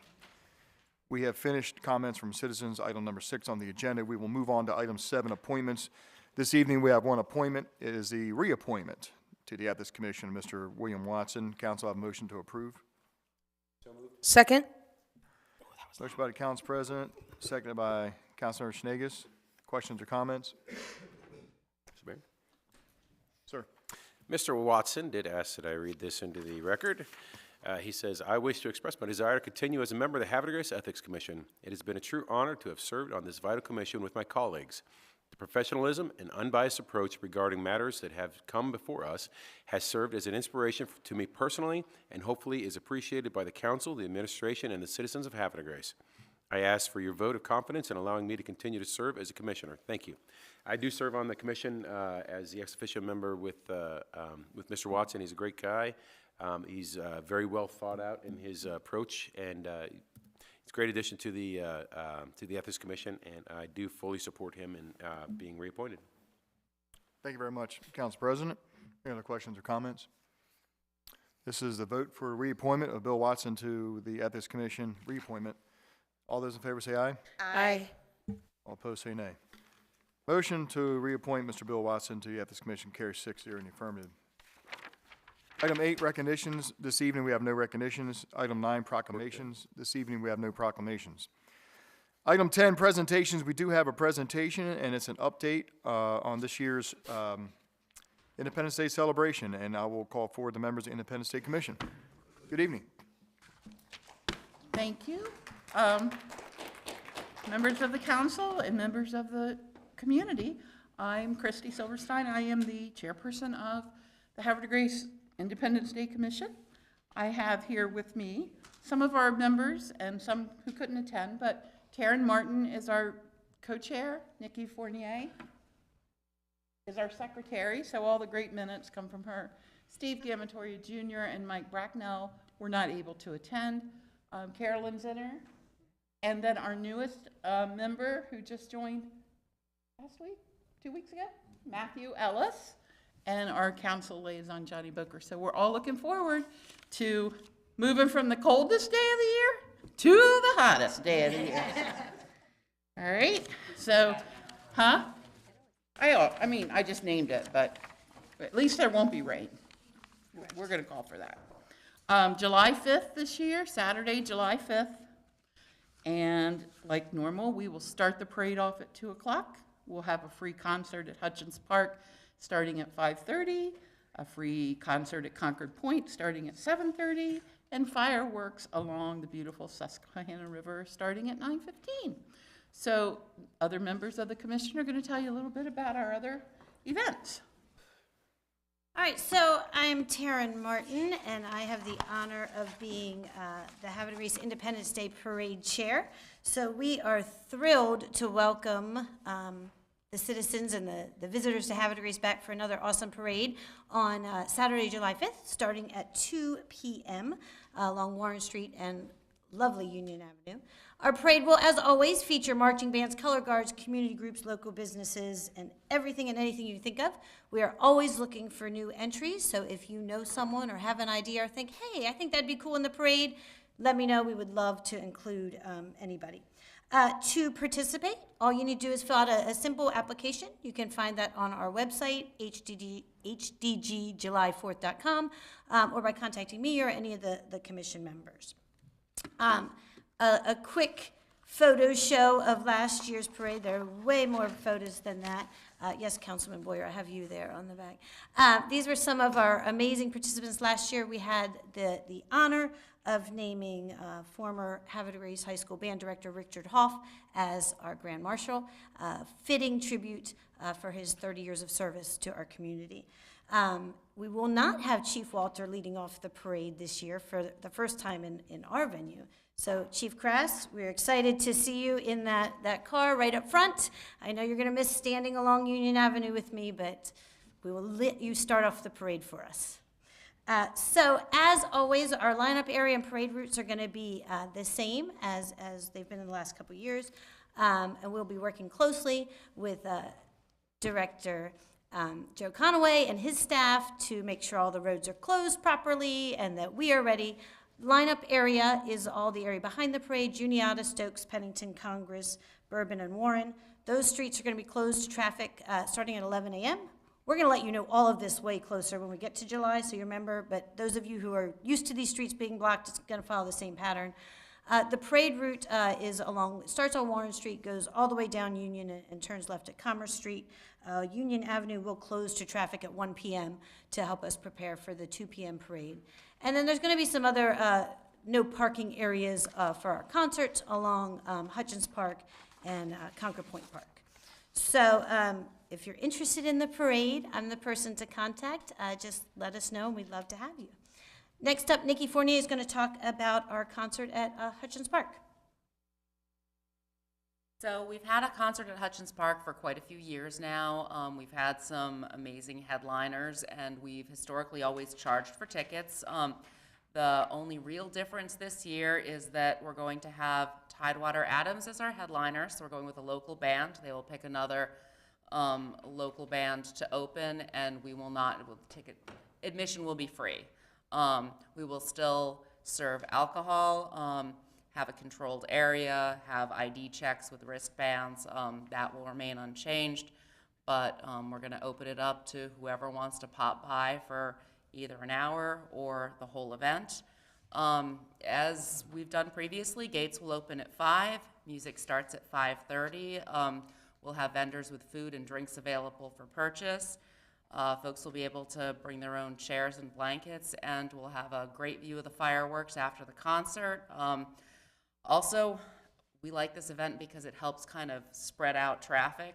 So we have Hutchins and Concord, so everybody's not trying to funnel out of the same area. And next up is Concord Point. So we're going to continue our tradition of an awesome concert down at Concord Point Park as well. This will be featuring, as we've done the past several years, the Maryland Military Band. That concert is obviously free admission, great seats, or great grass to sit on anywhere along Concord Point Park. We will have probably 10 to 12 food and dessert vendors down there. It's a wonderful evening, a wonderful patriotic concert, and it's about as close as you can get to the awesome fireworks display. So that's kind of a really fun way to end the evening, ending with some amazing fireworks that are, of course, shot off the barge in the middle of the Susquehanna River, just off the park. We are thrilled that the fireworks are viewable all along the shoreline in Havre de Grace. So you can hear, or you can see them, you can definitely hear them too, wherever you're going in Havre de Grace. And a huge thank you to our partners in this, which are both the City of Havre de Grace, especially Bob Denton, our fireworks technician, and Vulcan Materials Company, who we could not do this show without. They are an incredible partner to us, and they make it all happen. So we always look forward to the commission after all these days and weeks of work. The fireworks is okay, we did it, and we celebrated again. So it doesn't work without some key players that Chrissy's going to finish by talking to you about. So, like any volunteer organization, the heart of all the work is the volunteers, but the backbone are the sponsors. So we like to have a lot of sponsors in a lot of different ways. We have sponsors who just routinely send us in money every year when we do the 21078 letter, which you get hopefully after the parade, and it says, if you like the parade and you like us doing this, please donate a little bit. To sponsors who give us thousands of dollars. We have in-kind sponsors who will donate services, goods and services for some advertisement. So lots of ways for sponsors to get involved. If you know anybody that might want to be a sponsor, it's some free advertising. If you know anyone who wants to volunteer, on the day of the parade, we need about 75 volunteers to be fully staffed. And as you can see, how many of us are there? 7, 8. The 8 of us twist every arm of every person that we know. And we have lots of people that get voluntold that are related to us. But we'd really like to get volunteers. So anybody who can help lend a hand, even for a couple hour shifts that day, please reach out to Taryn, me, Nikki, anybody. Send up smoke signals. I might be able to read them, but something. So get the word out there, get some volunteers, and we'll all look forward to having a great celebration on Saturday, July the 5th. Yes, Katie? Not just talking about volunteers. When you volunteer, you don't have to volunteer all day. Correct. You could just. But you can if you want to. Right. Okay. We have a few diehard volunteers who do sun up to sundown, but we're not expecting that. We have jobs before the parade starts, during the parade, after the parade, at the concerts.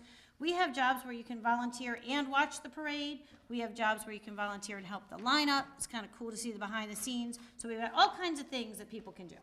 Awesome, thank you. I just want to say thank you so much for making the concerts free to the community. That's wonderful. I think it'll bring a lot more people out and also, be able to see local talent. So thank you very much. Thank you. And that is due to our generous sponsors, because the bands themselves are not free, but our sponsors help us to put it free for our citizens. So thanks. Any other comments? Yeah, just one, Mayor Martin. Yeah, so, I mean, my heart goes out to the commission. The commission does, you guys, we are all magicians. I don't know how it comes together, but somehow it just congeals together. And you can't say enough about the volunteers. The volunteers really come out of the woodwork sometimes, which is a great thing. You give them some instructions and they're off and running. So I'm happy to be part of this committee. It's one of my favorite things to do up on this council, up on this dais, is to be part of this commission. So thank you to each and every one of you. Thank you, Councilmember Boger. So members of the commission, thank you again for coming here to lay out this year's activities. I know it's actually part of the charter and the establishment of this commission that, twice a year, once a year you have to come and tell everybody what's going to happen, and then I believe there's a recap afterwards in which you tell everybody how it went. So thanks for, go ahead. Yeah, so I forgot to say, we just really hope you'll vote in approval of our events that are on your agenda later this evening. All right, so council will take another deep consideration to approve Independence Day this year. So yes. I just want to say welcome, Matthew Ellis, to the team. It's wonderful to have you. Yep, absolutely. Okay, thank you very much. We appreciate it.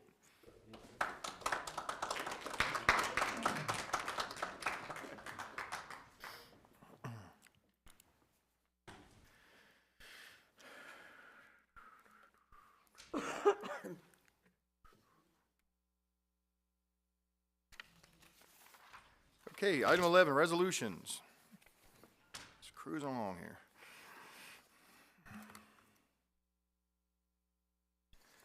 Resolution, item A. Hand that off to Councilmember Boyer. Mayor, I move to introduce a calendar resolution concerning reviewing and approving criteria used to characterize active status for the basic credit of qualifying members of the Susquehanna Hose Company, Havre de Grace Ambulance Corps, and the Havre de Grace Police Department. Thank you very much. I have a motion by Councilmember Boyer to introduce a resolution, calendar resolution. Have a second? Second. Second by Councilmember Boger. This is a motion to introduce a calendar resolution. All, questions and comments? All those in favor say aye. Aye. Aye. All opposed say nay. Motion to introduce calendar resolution carries 6-0 in the affirmative. This will be known as calendar resolution 2025-02, 2025-02. A resolution by the Mayor and City Council of Havre de Grace, Maryland, pursuant to the local government article of the annotated Code of Maryland, sections 33 and 34 of the City Charter. City Code Chapter 177, Article 5, Section 21, to review and approve criteria used to characterize active status for the basic credit for qualifying members of the Susquehanna Hose Company, Havre de Grace Ambulance Corps, and the Havre de Grace Police Department. Council, I have a motion to adopt Resolution 2025-02. So moved. Oops, go ahead. So moved. Second. I have a motion by the Council President, seconded by Councilmember Boyer. Questions or comments? Councilmember Boyer? Mayor, to provide explanation, in March of 2022, we repealed and amended Chapter 177, which was a tax credit for qualifying first responders at the police department, the hose company, and the ambulance corps. The requirement of the ordinance was that each respective organization must characterize their active status qualifying members for the basic credit, and that we must review it annually, no later than February 1st of each year, by resolution of this City Council. So that's what this resolution is. Thank you. Thank you, Councilmember Boyer. Any other questions or comments? Okay, Council, we're going to do a roll call vote on Counter Resolution 2025-02. Councilmember Robertson. Yes. Councilmember Boger. Yes. Councilmember Jones. Yes. Councilmember Boyer. Yes. Councilmember Shenegis. Yes. Council President. Yes. By roll call vote of 6-0 in the affirmative, City Council Calendar Resolution 2025-02 is approved by Council. We're going to go to item B, another calendar resolution, and this one I'm going to hand off to Councilmember Shenegis, Chair of the Planning Committee. Thank you, Mayor, Council. I move to introduce calendar resolution concerning approving a license agreement along South Union Avenue. Council, I have a motion by Councilmember Shenegis. Do I have a second? Second. Good. Second by Councilmember Jones. This is a motion to introduce a calendar resolution. Questions or comments on the introduction of this resolution? All those in favor say aye. Aye. All opposed say nay. Motion to introduce the calendar resolution carries 6-0 in the affirmative. This is going to be calendar resolution 2025-03, 2025-03. A resolution by the Mayor and City Council of Havre and Grace, Maryland, pursuant to the local government article, the annotated code of Maryland, and sections 33 and 34 of the city charter for approval of a license agreement to remove and replace a driveway apron along the South Union Avenue right-of-way. Council, do I have a motion to adopt calendar resolution 2025-03? So moved. Second. A motion by the Council President, second by Councilmember Shenegis. Questions or comments? Councilmember Shenegis. The removal and replacement of this driveway will beautify the area surrounding the entrance to the apartments. So I recommend that we approve this license agreement. Thank you. Yes. Just for clarification, because I feel like I drove by and I saw this already. Did they already do this? No, it hasn't been done yet. They were just preparing to do it and then they stopped? Do we know that? No. I just thought I saw them doing work on that driveway. That's all my question is. So, thank you. Thank you. Any other questions or comments? Roll call vote. Councilmember Boger. Yes. Councilmember Jones. Yes. Councilmember Boyer. Yes. Councilmember Shenegis. Yes. Council President. Yes. Councilmember Robertson. Yes. By roll call vote of 6-0 in the affirmative, City Council Calendar Resolution 2025-03 is approved. We're going to go to item 12, is ordinances. This evening we have two ordinances on the agenda. Ordinance A, Ordinance 1168, second reading. Councilmember Robertson. Mr. Mayor, fellow council members, I move to, should I move to table? I want to table this. Should I table it now, or does it need to be You have to brought? introduce it first.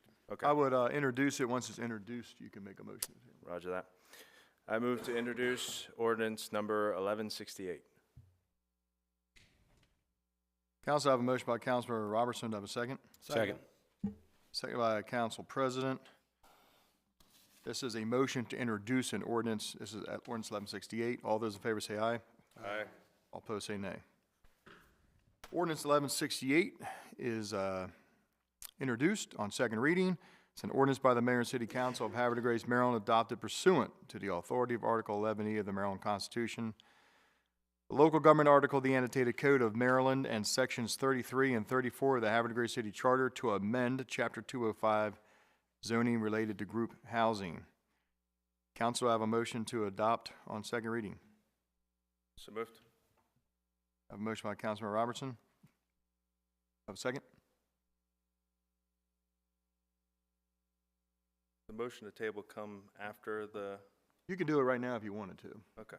Then I'll withdraw my motion to approve.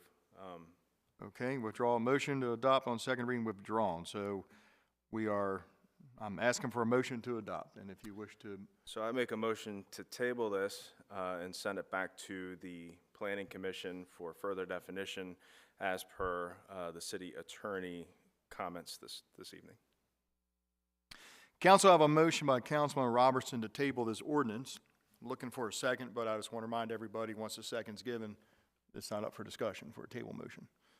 Do I have a second for a table motion? Second by Councilmember Boyer. I have a motion by Councilmember Robertson, second by Councilmember Boyer for a table motion. All those in favor say aye. Aye. All opposed say nay. Motion to table ordinance 1168 for further discussion and definition carries 6-0 in the affirmative. Thank you, council. We're going to go to item number B. Ordinance concerning approving budget amendment 2025-05. Councilman Robertson. Thank you, Mr. Mayor, fellow council members. I move to introduce on first reading Budget Amendment 2025-05. Second. Council, I have a motion by Councilman Robertson, seconded by the council president. This is a motion to introduce an ordinance on first reading concerning budget amendment 2025-05. Motion introduced. All those in favor say aye. Aye. All opposed say nay. Motion introduced. Ordinance carries 6-0 in the affirmative. Council, this is going to be known as Ordinance 1172-1172. An ordinance by the Mayor and City Council of Havre de Grace by the authority of Article 11E of the Maryland Constitution, the local government article of the annotated Code of Maryland, and Sections 37 of the Havre de Grace City Charter for the purpose of amending the city budget for fiscal year 2025 to address the reallocations of funds for the city of Havre de Grace for fiscal year 2025. Council, do I have a motion to adopt ordinance 1172? So moved. Second. A motion by Councilman Robertson, seconded by Councilmember Jones. Questions or comments? Roll call vote. Councilmember Boyer? Yes. Councilmember Shanegas? Yes. Council President? Yes. Councilmember Robertson? Yes. Councilmember Boger? Yes. Councilmember Jones? Yes. By roll call vote of 6-0 in the affirmative, City Council Ordinance 1172 is adopted on first reading. Council President, we're going to have a public hearing on this. What's the date of the next council meeting? Wait a second here. I'm still in July here for my parade. So that would be the 11th? No, wait, first and third? First and third Mondays. Fourth. The third and fourth is, yeah, it would be the third. Monday the 3rd. Monday the 3rd. Yep. All right, that sounds good. I think we would know when it Yeah, I think we would know. We think we'd have it written down already. We just make this up as we go along. Okay, the public hearing on ordinance 1172 will be February 3rd, Monday, first Monday in February. 2025? That's right. Let me check my calendar. Okay, and so, public hearing on ordinance 1172 will be Monday, February 3rd, and it will be at 7 o'clock, preceding the opening of the council meeting. Thank you, council.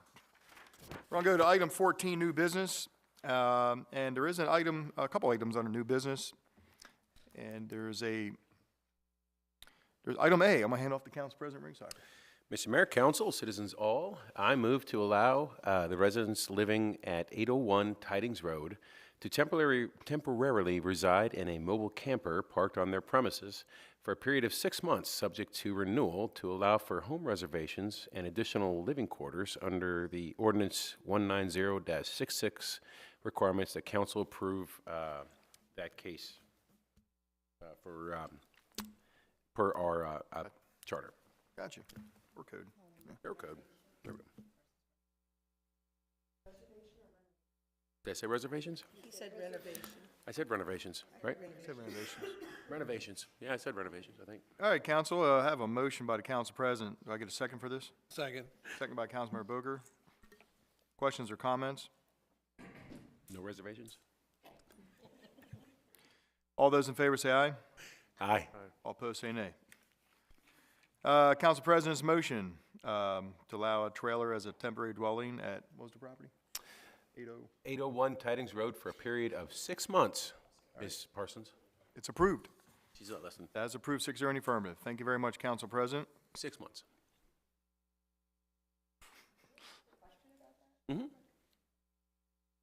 So just to pull the string in regards to septic and that, they don't empty their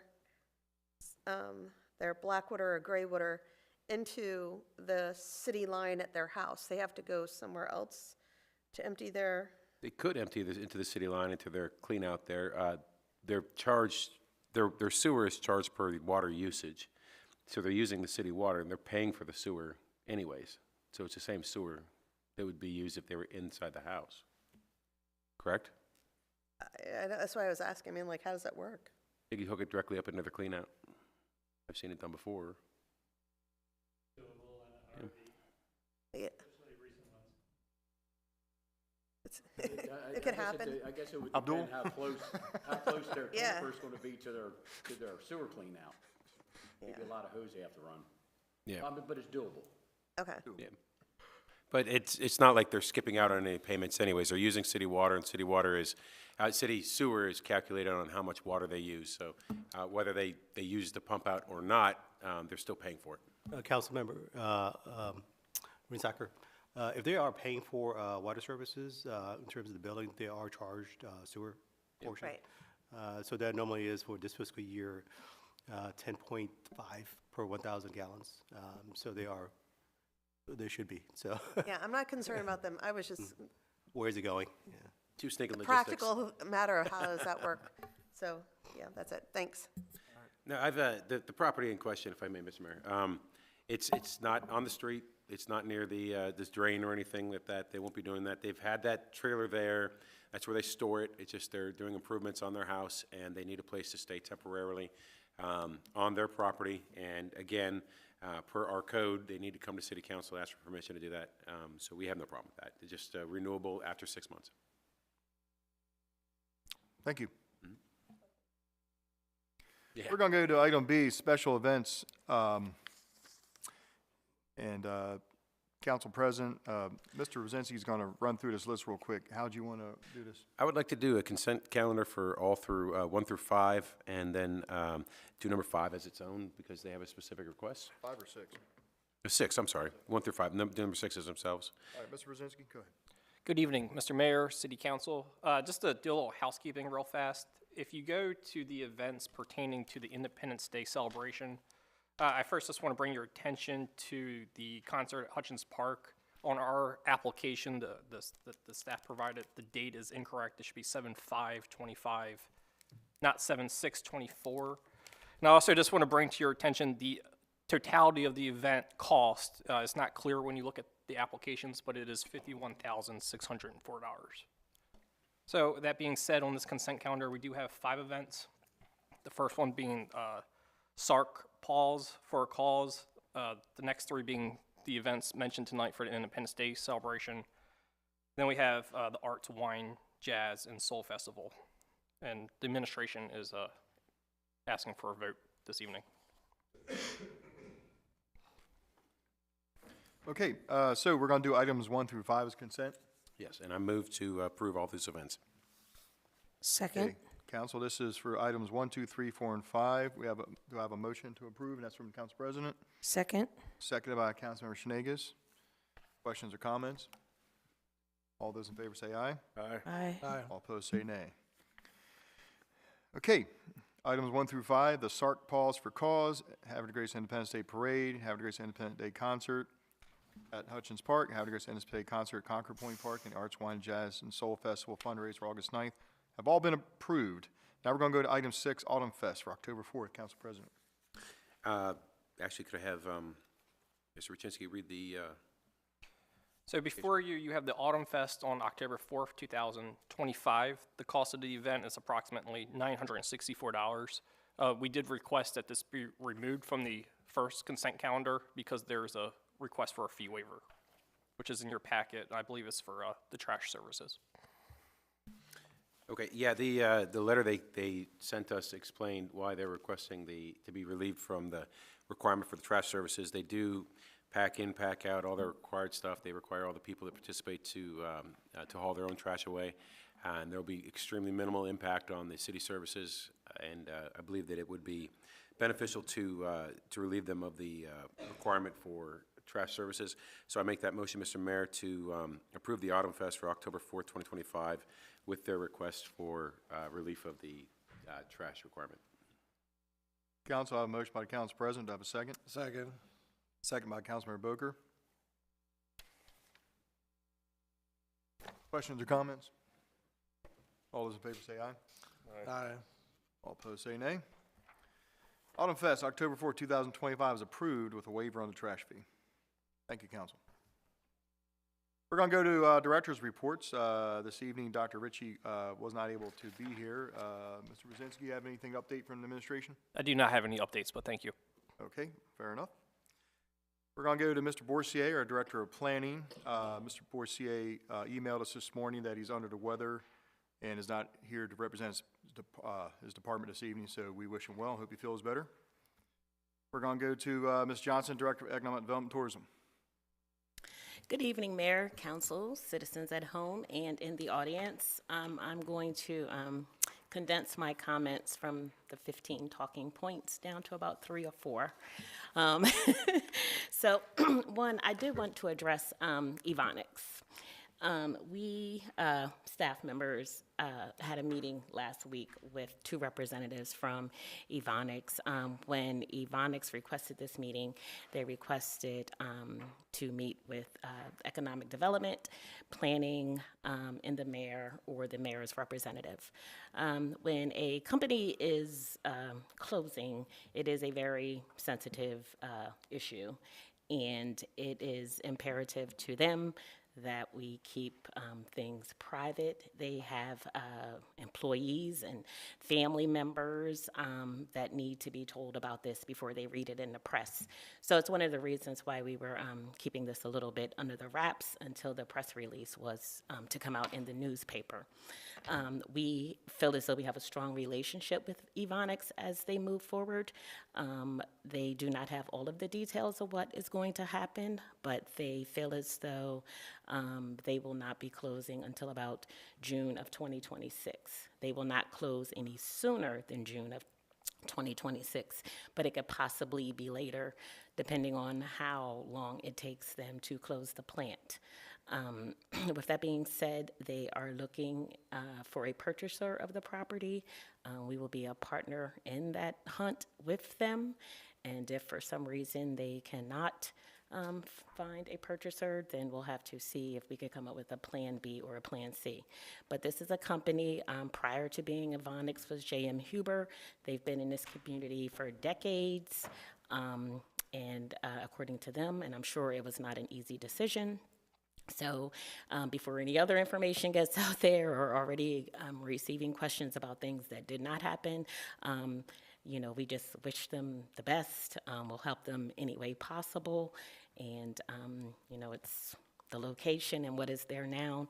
It's look like, you know, it'll have to be sold or possible demolition, but we're just not there yet in that process. Last week, we also, several of us attended a ribbon cutting. It was at 203 Market Street, Suite 305.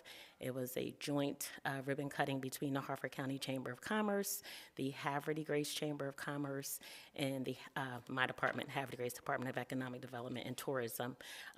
This 3-way approach seems to work well for us. It's always great to have a new business open, and it's always great to have a lot of people in attendance. So the company is Emerald Technical Solutions. They were already located in the building.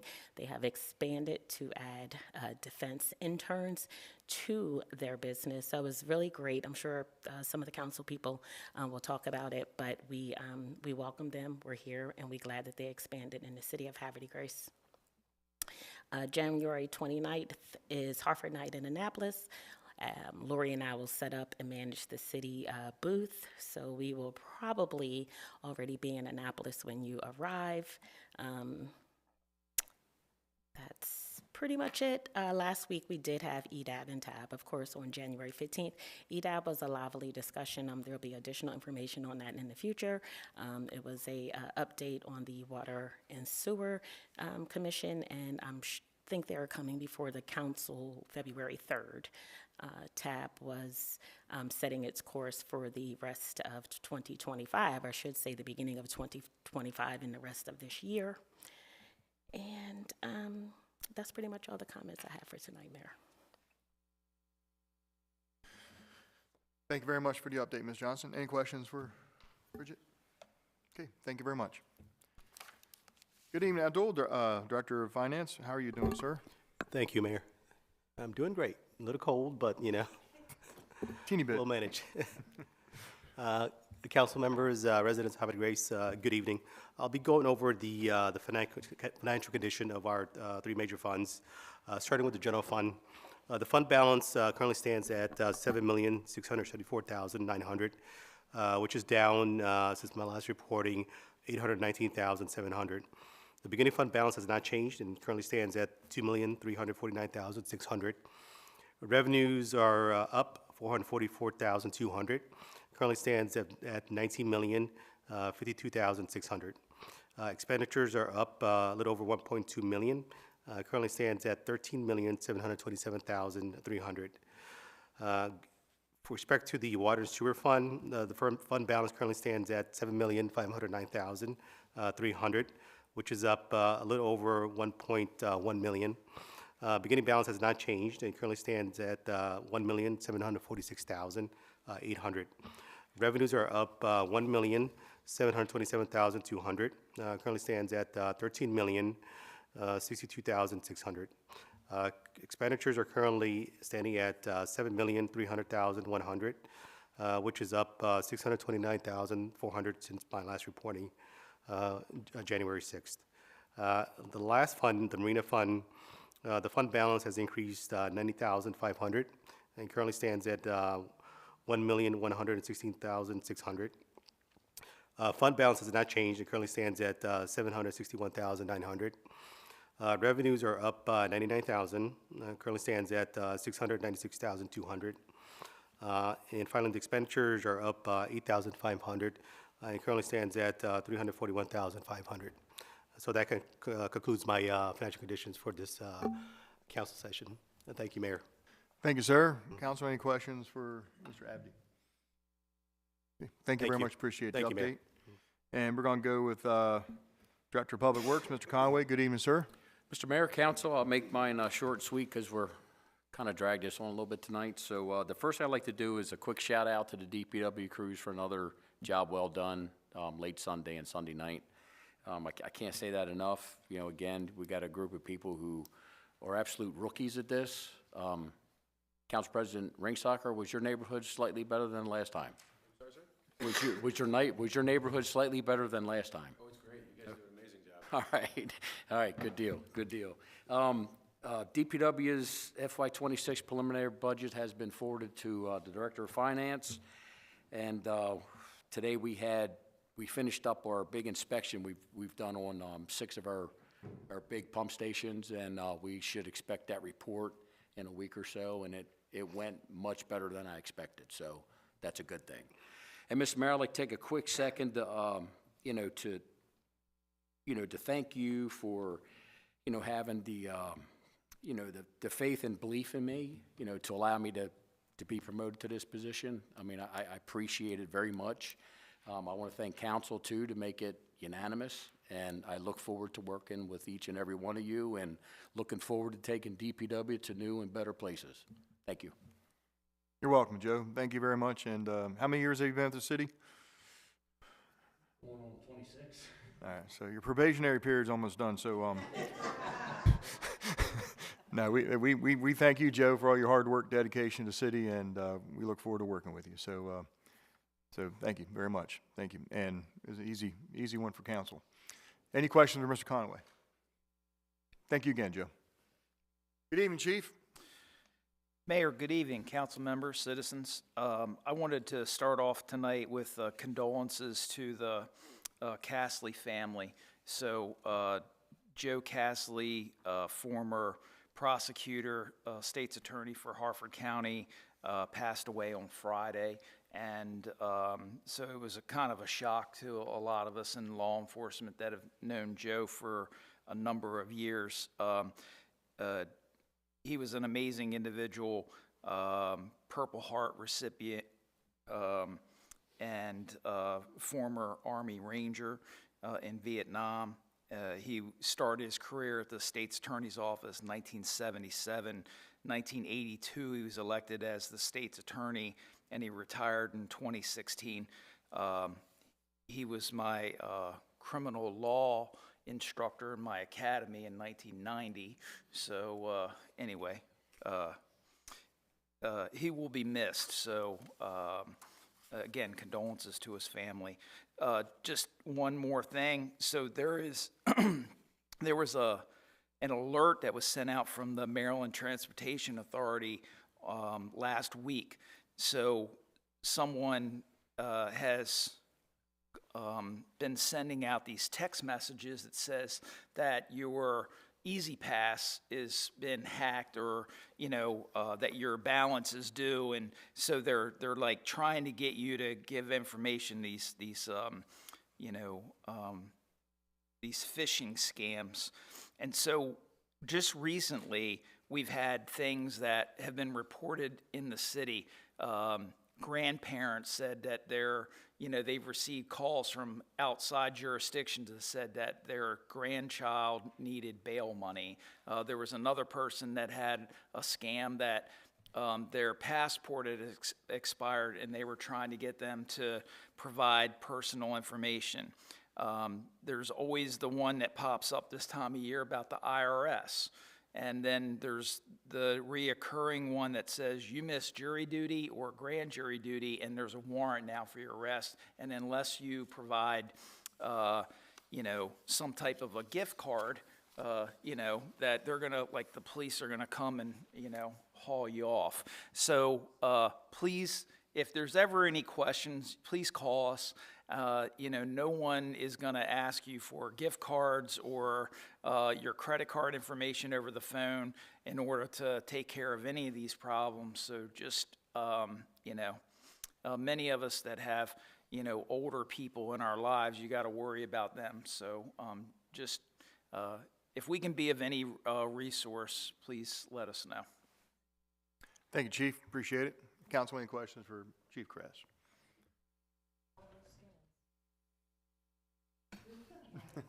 And what do you mean by older people? What's that supposed to mean? Well, there's old people in my life that I got to go shovel their driveways and stuff like that. So that's what I'm talking about, and I'm worried about them. So Major Alton does not get a gift card. Got it. Okay. Thank you again, and we're going to go to item 16, comments from the mayor. So I do want, Mr. Conway, I just want to thank you once again for being on top of the snow that we received on Sunday, Sunday, and so thank you. The last two times we've had a snow event here in Havre de Grace, your team was prepared. They had a game plan. They were out all night, and keeping the roads about as passable as possible. So again, so good job to the men and women in DPW for all the long hours that they've been working.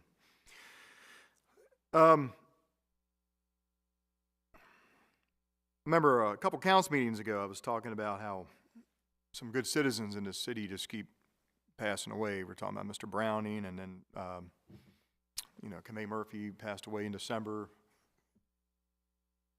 Then a lady named Shalon Lawson, who's a good lady, a friend of mine, used to run Java by the Bay. She passed away a couple weeks ago. And then a lot of people know this lady, the pink house on Union Avenue, Miss Perry Stewart, passed away on January 9th, and she was a good and dear friend to many people in Havre de Grace. And she had cancer, and she battled cancer about I'm surprised she didn't scare the cancer right out of her body, because if you're going to tell me Perry was going to battle something, I would put my money on Perry. But she was tough, and she fought it to the end, and she passed on January 9th. And like I said, she was a very dear friend and did a lot of things inadvertently in this community that ended up just being connectors for people. She started Burns Night, you know, the Scottish festival in January, and she just always opened her house to strangers, and I have many friends today that I probably would not have ever met if it wasn't for her. Just various people in life whose paths I probably wouldn't have crossed, and I'm a better person for knowing Perry. So I know everyone up on this dais knows Miss Perry Stewart. And then, I know this is me and Jimmy's friend. There's a little barber shop in Aberdeen where the Ollie's is. It's called King's Chair. His name is John Bailiff. He's been cutting hair since Dwight Eisenhower was president. He passed away the other day. He was 84 years old. Had a heart attack in April, and that was the last time I had a haircut. That's right. That's true. Yeah, he had a heart attack. Yeah, so Jimmy's last haircut was in April, and he a lot of people in Aberdeen and people know, a lot of police officers know him. I mean, like I said, this guy started when he was 17 years old. Dwight Eisenhower's president, and he'd be sitting there. I mean, he cut my hair for 29 years, and he would sit there and tell me he remembers cutting hair when he found out Kennedy was shot and all this stuff. So it's like, and he was just there by himself cutting hair until he had a heart attack about last April, but he passed away too. So all I can say, I mean, look, I just realized, I mean, you know, the older you get and the more people you know, this is going to happen. But I just, you know, I just hope everyone stays healthy. You know, eat your carrots, your broccoli, your brown rice, and you know, just I don't want to be up here anymore talking about the good people I know. I want to talk about the good people that I'm hanging out with all the time and still doing good things in Havre de Grace. And hope 2025 start off a little bumpy for a lot of people, but let's hope that it's going to be prosperous and happy and healthy for everybody, including our great city. And I have great optimism for our city in the year of 2025. We have a lot of great things coming down the pike. We have a good team, we got a good council, and we're looking forward to it. So with that said, thank you for listening to my comments, and we're going to listen to what the council members have to say. And we're going to start with Councilmember Jones. Thank you very much, Mayor. I really want to first say thank you to everyone who is still here this evening. I appreciate your being here at this hour. And I want to thank all the residents who are no longer here from coming out tonight. And I hope that as a result of this rallying over the last several weeks that everyone continues to stay engaged and involved and will ask questions. I'm always here for questions and to have discussions as the rest of my colleagues are.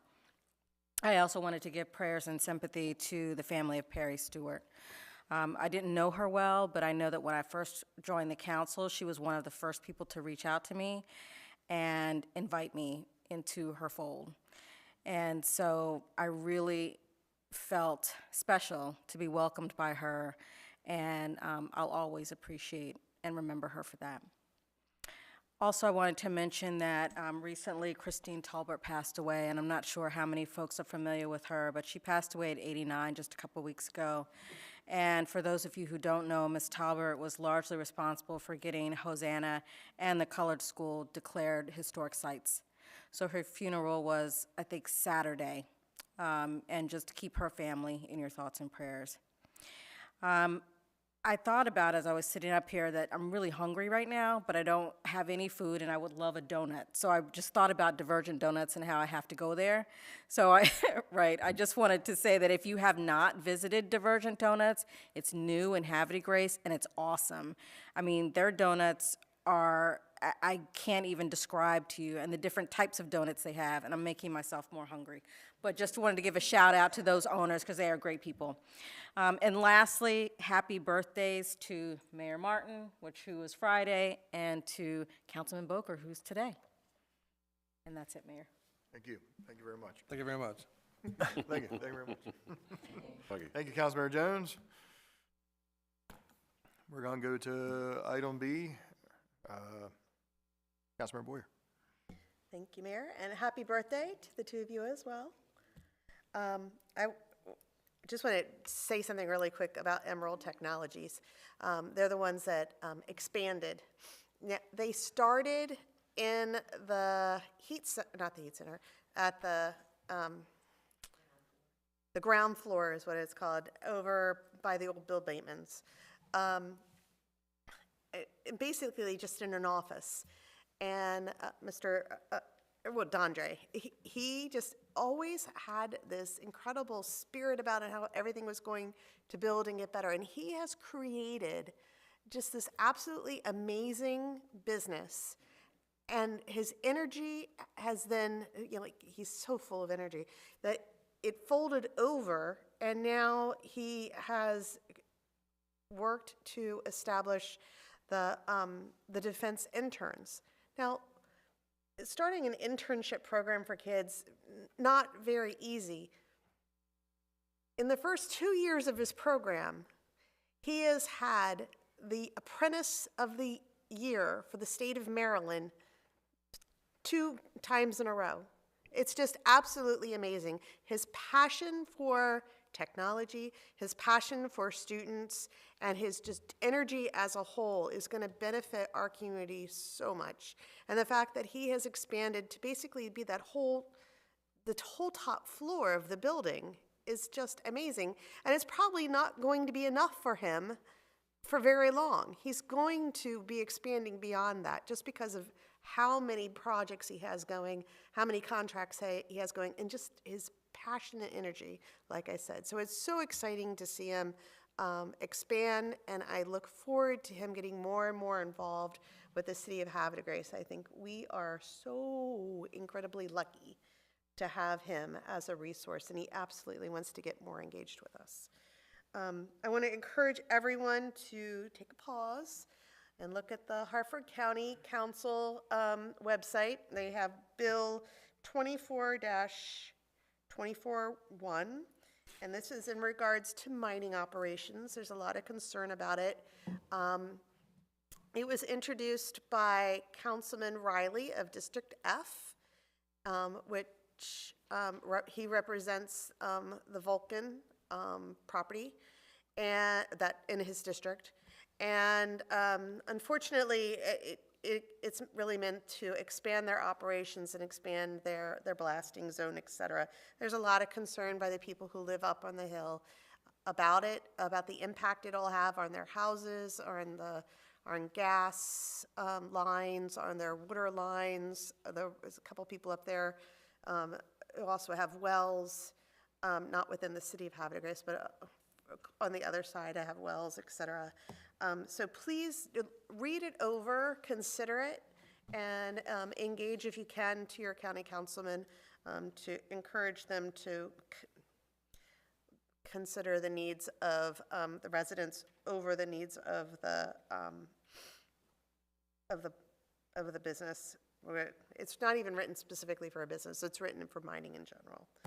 I want to remind everybody that, we heard it today repeatedly, that we have so many people who walk through town. It's one of the reasons why people come to Havre de Grace, because they want to be in a town that they can walk in. We have a lot of students that walk to school regularly. Well, that means you need to clean your sidewalks in front of your houses as much as possible. And I know things melt and they freeze, but as much as possible, please make it so it's safe for people to get by. We have a lot of residents and businesses that for the past 2 storm events have not cleared their sidewalks. It's really distressing to see on Union Avenue especially that we have so many people choosing not to clear the sidewalks. That's a significant problem, and hopefully something that we can maybe reach out to those landowners and strongly encourage them to get out there and clean it up. And then finally, this is like really hard.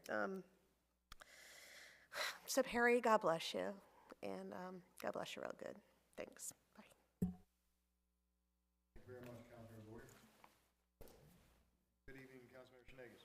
Good evening, Mayor, Council, Administration, citizens in the audience and at home. Life is so precious and fragile.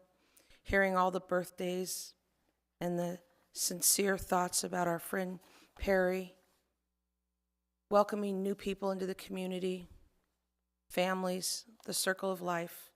Just always remember to live each day and thank and love the people you're around and learn to work together.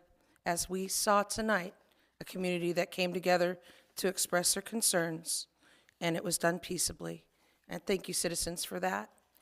I just want to say thank you to everyone that's, welcoming winter, trying to do the best I can, being safe out there, pulling together new teams with leadership. Thank you, both of you gentlemen.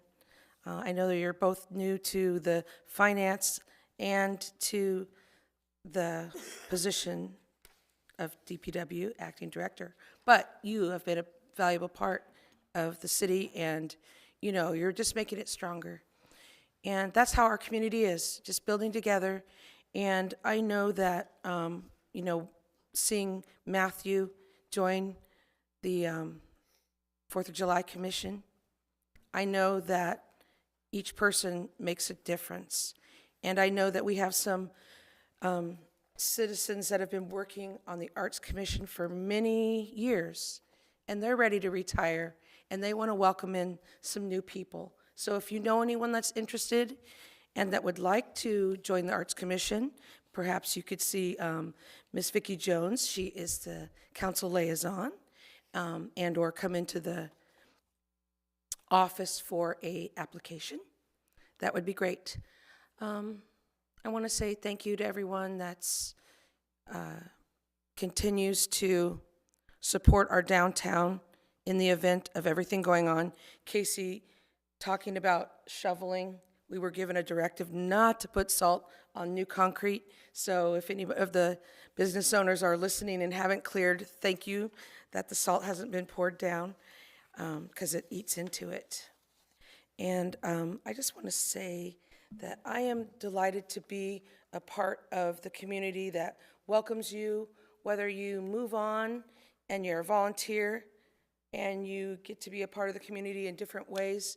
I met up with the Seroptimus women at a special meeting that they had to celebrate 75 years, and it was wonderful to see the ladies over the years develop and evolve into the positions that they are meant to be a part of.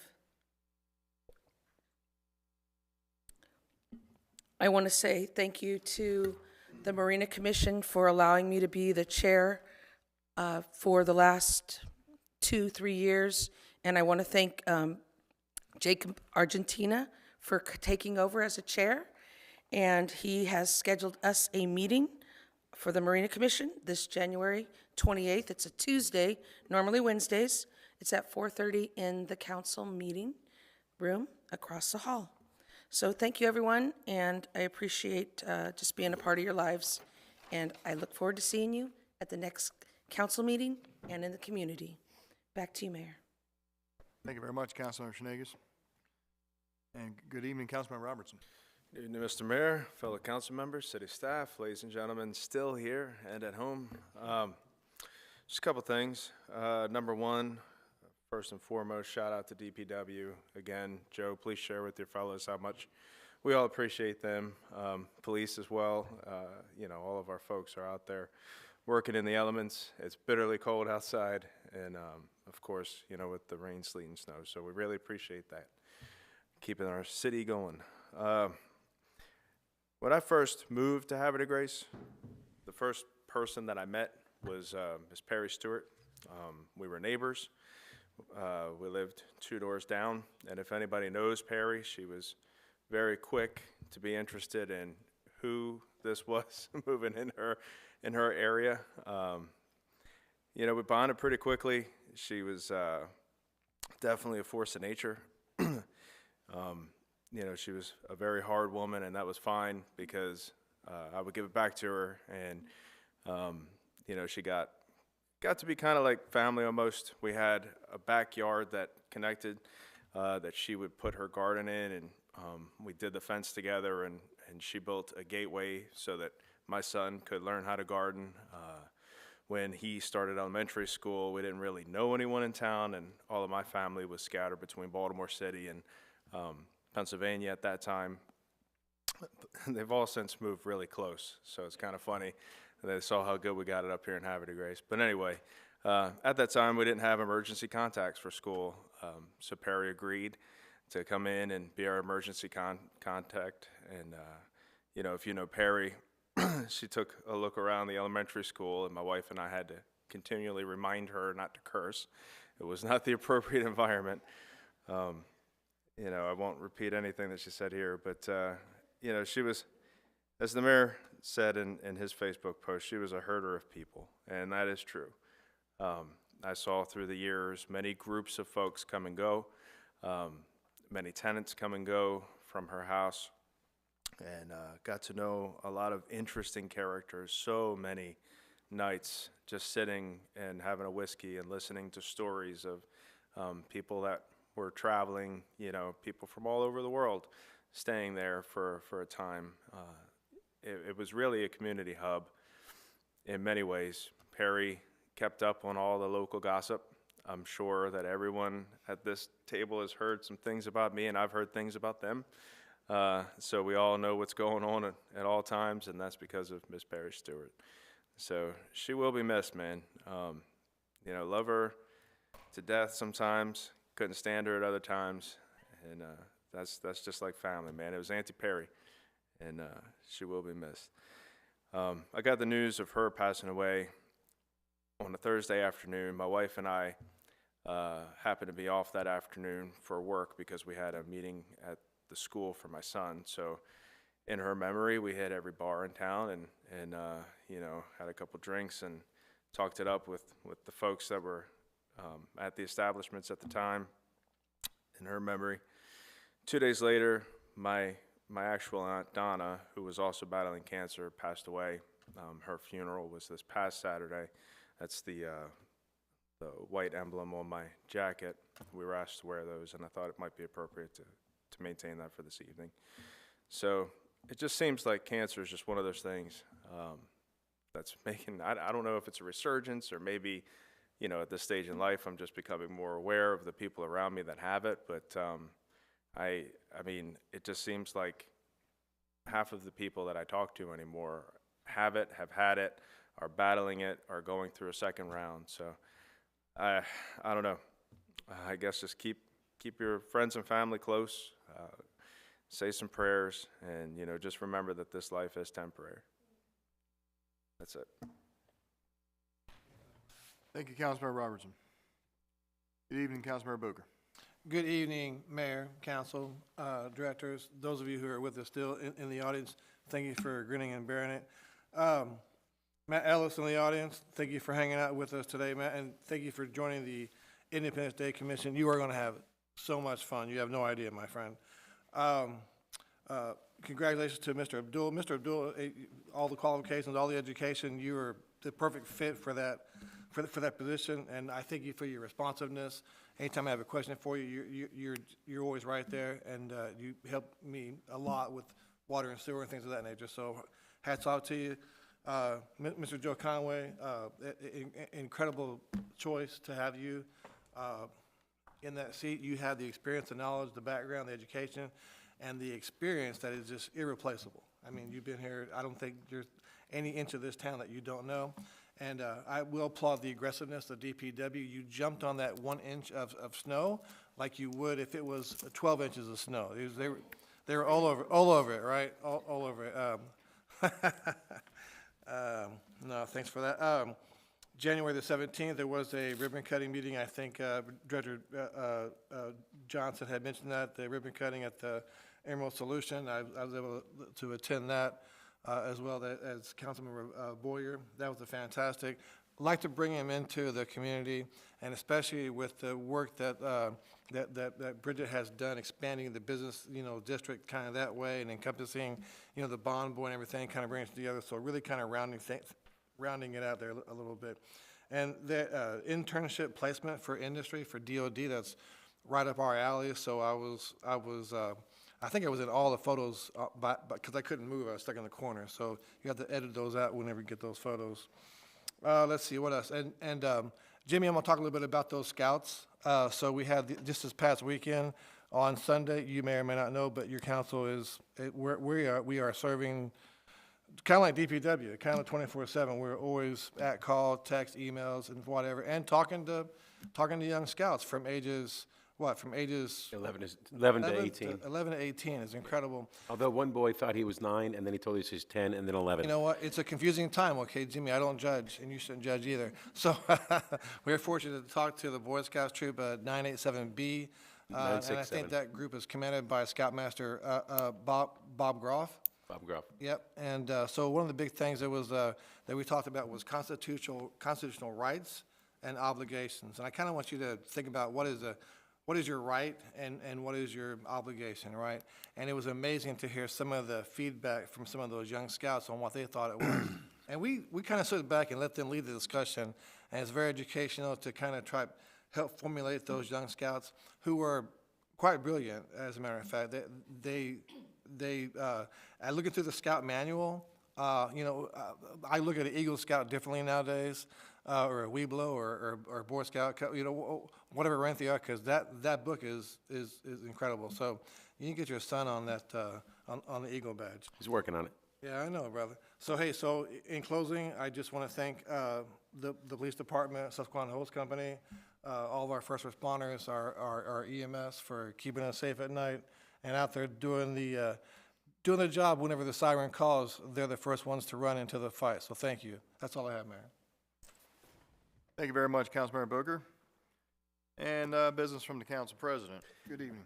Mr. Mayor, council, citizens all, first I'd like to say hello to my wife and family at home watching along. Why? I don't think they have a life. Maybe it's because I'm here. I don't know. No, go to bed, darling. Go to bed. I want to point out one thing. I want to clarify something. Mr. Joe Conaway, I did not ask for any extra favors on my street. It's the way my street is positioned. I could tell how long people have worked for the city on how they plow it. Because the older guys know you come in and you turn because the plow is tilted to the right. And if you go around that way, you don't plow in all the driveways, all the snow plows to the center. So if you come around to the left, you just plow in the driveways, and everybody's upset and everything. And we've had issues before. My wife's a nurse where she's on call, and we have to get DPW to even come over with the articulating plow to come drag us out. And that was years ago before I was even on council. But I didn't ask for any extra favors. I just asked him if he's got new guys on his crew. So I got all that. So I want to thank everybody who actually stood up and talked tonight. I know it was a long time and it was boring for some people, and some people were incensed, and some people were happy and clapping and everything. But that's government of the people, and that's a great thing to see, people coming out and talking, and petitioning their government for redress of grievances and making their concerns heard. I made a little game of it, actually. I sat up here counting all the logical fallacies between appeal to authority, appeal to pity, straw man argument, ad populum. But the one that upsets me most is the ad hominem attack that against the city and against the members up here that we're unpatriotic and we don't care. And Havre de Grace is, not pro-veteran. We don't care. I'm an Army brat. I ended up here because of the military. Jason was in the military. Johnny was in the military. Most people, and we're a military town. I mean, we have veteran discounts for property tax credits and everything. But we also have to think about the veterans in that area, people that own the houses in that area. We have to think about our citizens. We have to think about everybody else. So just because the argument is that the differential is between, we're going to do this for the veterans or we're going to not do this for the veterans, that's not always how it boils down to. We can't just think on those terms. We have to think about what's best for the citizens, what's best for the community, what's best for the future for our children, and what is best for the veterans that need housing. We have to weigh all those together, and how does it fit within our ordinance and our code, and how can we change it, and how can we make Havre de Grace better, and how can we represent our citizens to the best of our ability. So don't take offense to anybody in Havre de Grace who, I've voted before against the police department, and I love our police. It was just an ordinance that I didn't think fit, and later we fixed it and we voted for them. And I have nothing against the police officers. It wasn't the right bill. And I'm not saying this isn't the right bill. I'm just giving an example. I just want you guys to have faith that we are up here for you, doing your work, to the best of our ability. We're normal citizens. There's not a career politician up here. Every one of us gets up in the morning, goes to our regular job, and then we come home and see our families for a little bit, and we come here to represent you to make Havre de Grace a better place. And that's all we're asking is you to understand that there's no malice. We care about veterans. We care about our police. We care about our citizens. And just, thank you, and I do want to end with one thing for Mr. Ellis, is hail to the Redskins. And Mr. Mayor, that is all. Thank you very much, Council President, and appreciate that. I'll echo the hail to the Redskins myself. Can you believe that? I can. 1991, 34 years since they've been there. See, I was 9 years old when the Colts moved out of town. I grew up outside Annapolis. And so when I got into football in high school, the closest team was the Redskins. So I just became a Redskin fan. And I'm a Ravens fan too.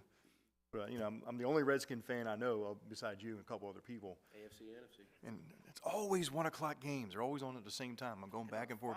But my family thinks I'm nuts. I'm a huge Ravens fan. And when everyone's cheering when the Redskins beat the Lions, I was like, oh my God, what's going to happen if the Redskins play the Ravens in the Super Bowl? It's like watching two of your children go to war against each other. You know what I mean? Like Civil War. I mean, it was like, and and I was like, I just told my wife, I'm going to have to go to a quiet room and just watch this myself. I mean, and unfortunately, I don't have that problem, unfortunately. But anyway, it's just, I know there's Redskin fans in Havre de Grace because I see the bumper stickers and stuff time to time. It's just, one of those things. But if you're an NFC junkie from the old days, if you remember the old days of Joe Gibbs and the Hogs and stuff like that, then Reagans and Darryl Green and Art Monk, I mean, so there was a time when the Redskins were good. And then we won the 91 Super Bowl, and we've never been back since. We haven't even been to NFC Championship since then. So I think it's good for DC sports.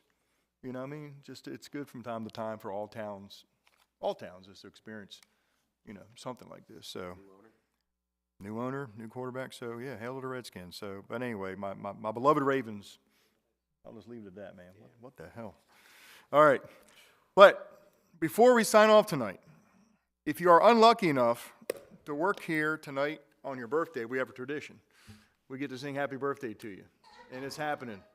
Happy birthday to you. Right on. Happy birthday to you. I can't hear you, Bridget. Happy birthday, dear Johnny. Happy birthday to you. Thank you very much. Congratulations, my friend. Happy birthday. And with that said, can I get a motion to adjourn? So moved. Motion by the council president, seconded by the birthday boy. All those in favor say aye. Aye. All opposed say nay. Okay, it's 10:03. January 21st council meeting over. Thank you very much, everybody.